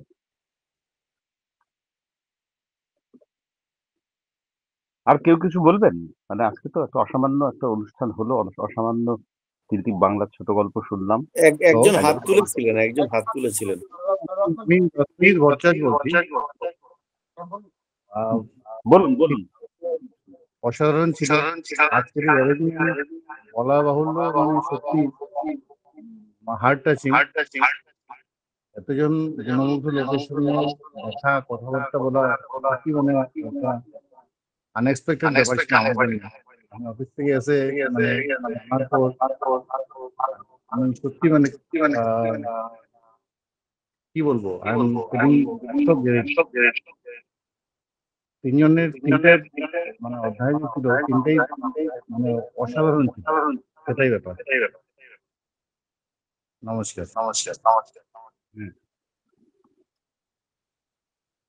আমাদের কথা বলার সঙ্গে আজকে যুক্ত ছিল ভাষা ও ভবিষ্যৎ, আরেকটি সংগঠন। ভাষা ও ভবিষ্যৎ বাংলা ভাষা, বাংলা ছোট গল্প এবং বাংলা ভাষার বিস্তার নিয়ে অবিরাম কাজ করে চলেছে। ভাষা ও ভবিষ্যতের সংশুদ্ধ আমাদের অত্যন্ত সহায়কও বটে। তো এই দুয়ের যোগে আজকে একটা অসম্ভব সুন্দর গল্প সন্ধ্যা আমরা অনলাইনে যাপন করলাম। তিনজন গল্পকার, জ্যোতির্ময়, মেঘমালা এবং পরম, এবং যারা শ্রোতারা যারা ছিলেন সবাইকে অকুণ্ঠ ধন্যবাদ জানিয়ে সার্থকীদা, আমি একটু থামাচ্ছি, কারণ এই আমাদের মধ্যে সুকান্ত দা জয়েন করেছেন, তিনি শেষ করতে অনুরোধ করবো। তার আগে আমি অনেকগুলো মেসেজ, এই মানে যদি কেউ না খেয়াল করেন, আমি একটু দুইটা পড়ে দিই। বেশ কিছু গল্পের আলোচনাও আছে। তারপরে তন্ময় লিখেছে তার এই তিনটে গল্প, প্রথম গল্পটি খুব ভালো হয়েছে, জ্যোতির্ময় বাবুকে ধন্যবাদ। আর একজন লিখেছেন পরমের গদ্য ভাষা প্রশংসনীয়, এটা আমারও বলার ছিল। অরিন্দম দা যা বলেছেন চমৎকার বলেছেন, শুধু এই পরমের গদ্য নিয়েও একটু কথা বলা দরকার। যাই হোক, এবার সুকান্ত দা জয়েন করেছেন। সুকান্ত দা, প্লিজ। সুকান্ত দা। হ্যাঁ, আমি একদম সব শেষে অরিন্দম যখন আলোচনা করছে তখন ঢুকলাম, আর আমি তো বুঝতেই পারছি যে আজকের অনুষ্ঠান খুব ভালো হয়েছে। আমার কোনো উপায় ছিল না, আমার আত্মীয় সমূহ একদম বাড়ির পাশে সদয়দা আজকে মারা গেছেন। আমাকে কাছাকাছি শ্মশানে যেতে হয়েছিল, আমি মিস করলাম। তবে ওই আর কি, যেহেতু এটা পরে শোনা যাবে, সোমশুভ্র যেহেতু এটাকে করবে, গল্পগুলো শোনার আমার খুব ইচ্ছে রইল। আমি কি বলবো, এমনি মনটা শোকাহত হয়ে আছে। তবে আমি এসে এত মানুষ আছেন, এত মানুষ শুনেছেন, এটাতে আমি বেশ উৎসাহিত হলাম এবং ভাল লাগলো। আমাদের সাথে আপনারাও যারা আছেন, এখন অনেকেই চলে গেছেন, তারা পরে যখন অনলাইনে যে কোনো অনুষ্ঠান হবে আপনারা প্লিজ জয়েন করবেন, আমরা এতে খুবই উৎসাহ পাবো। ঠিক আছে সার্থকী, এবার শেষ করে দাও। ঠিক আছে, সবাইকে ধন্যবাদ, অশেষ ধন্যবাদ জানিয়ে আজকের অনুষ্ঠান এখানেই শেষ হলো।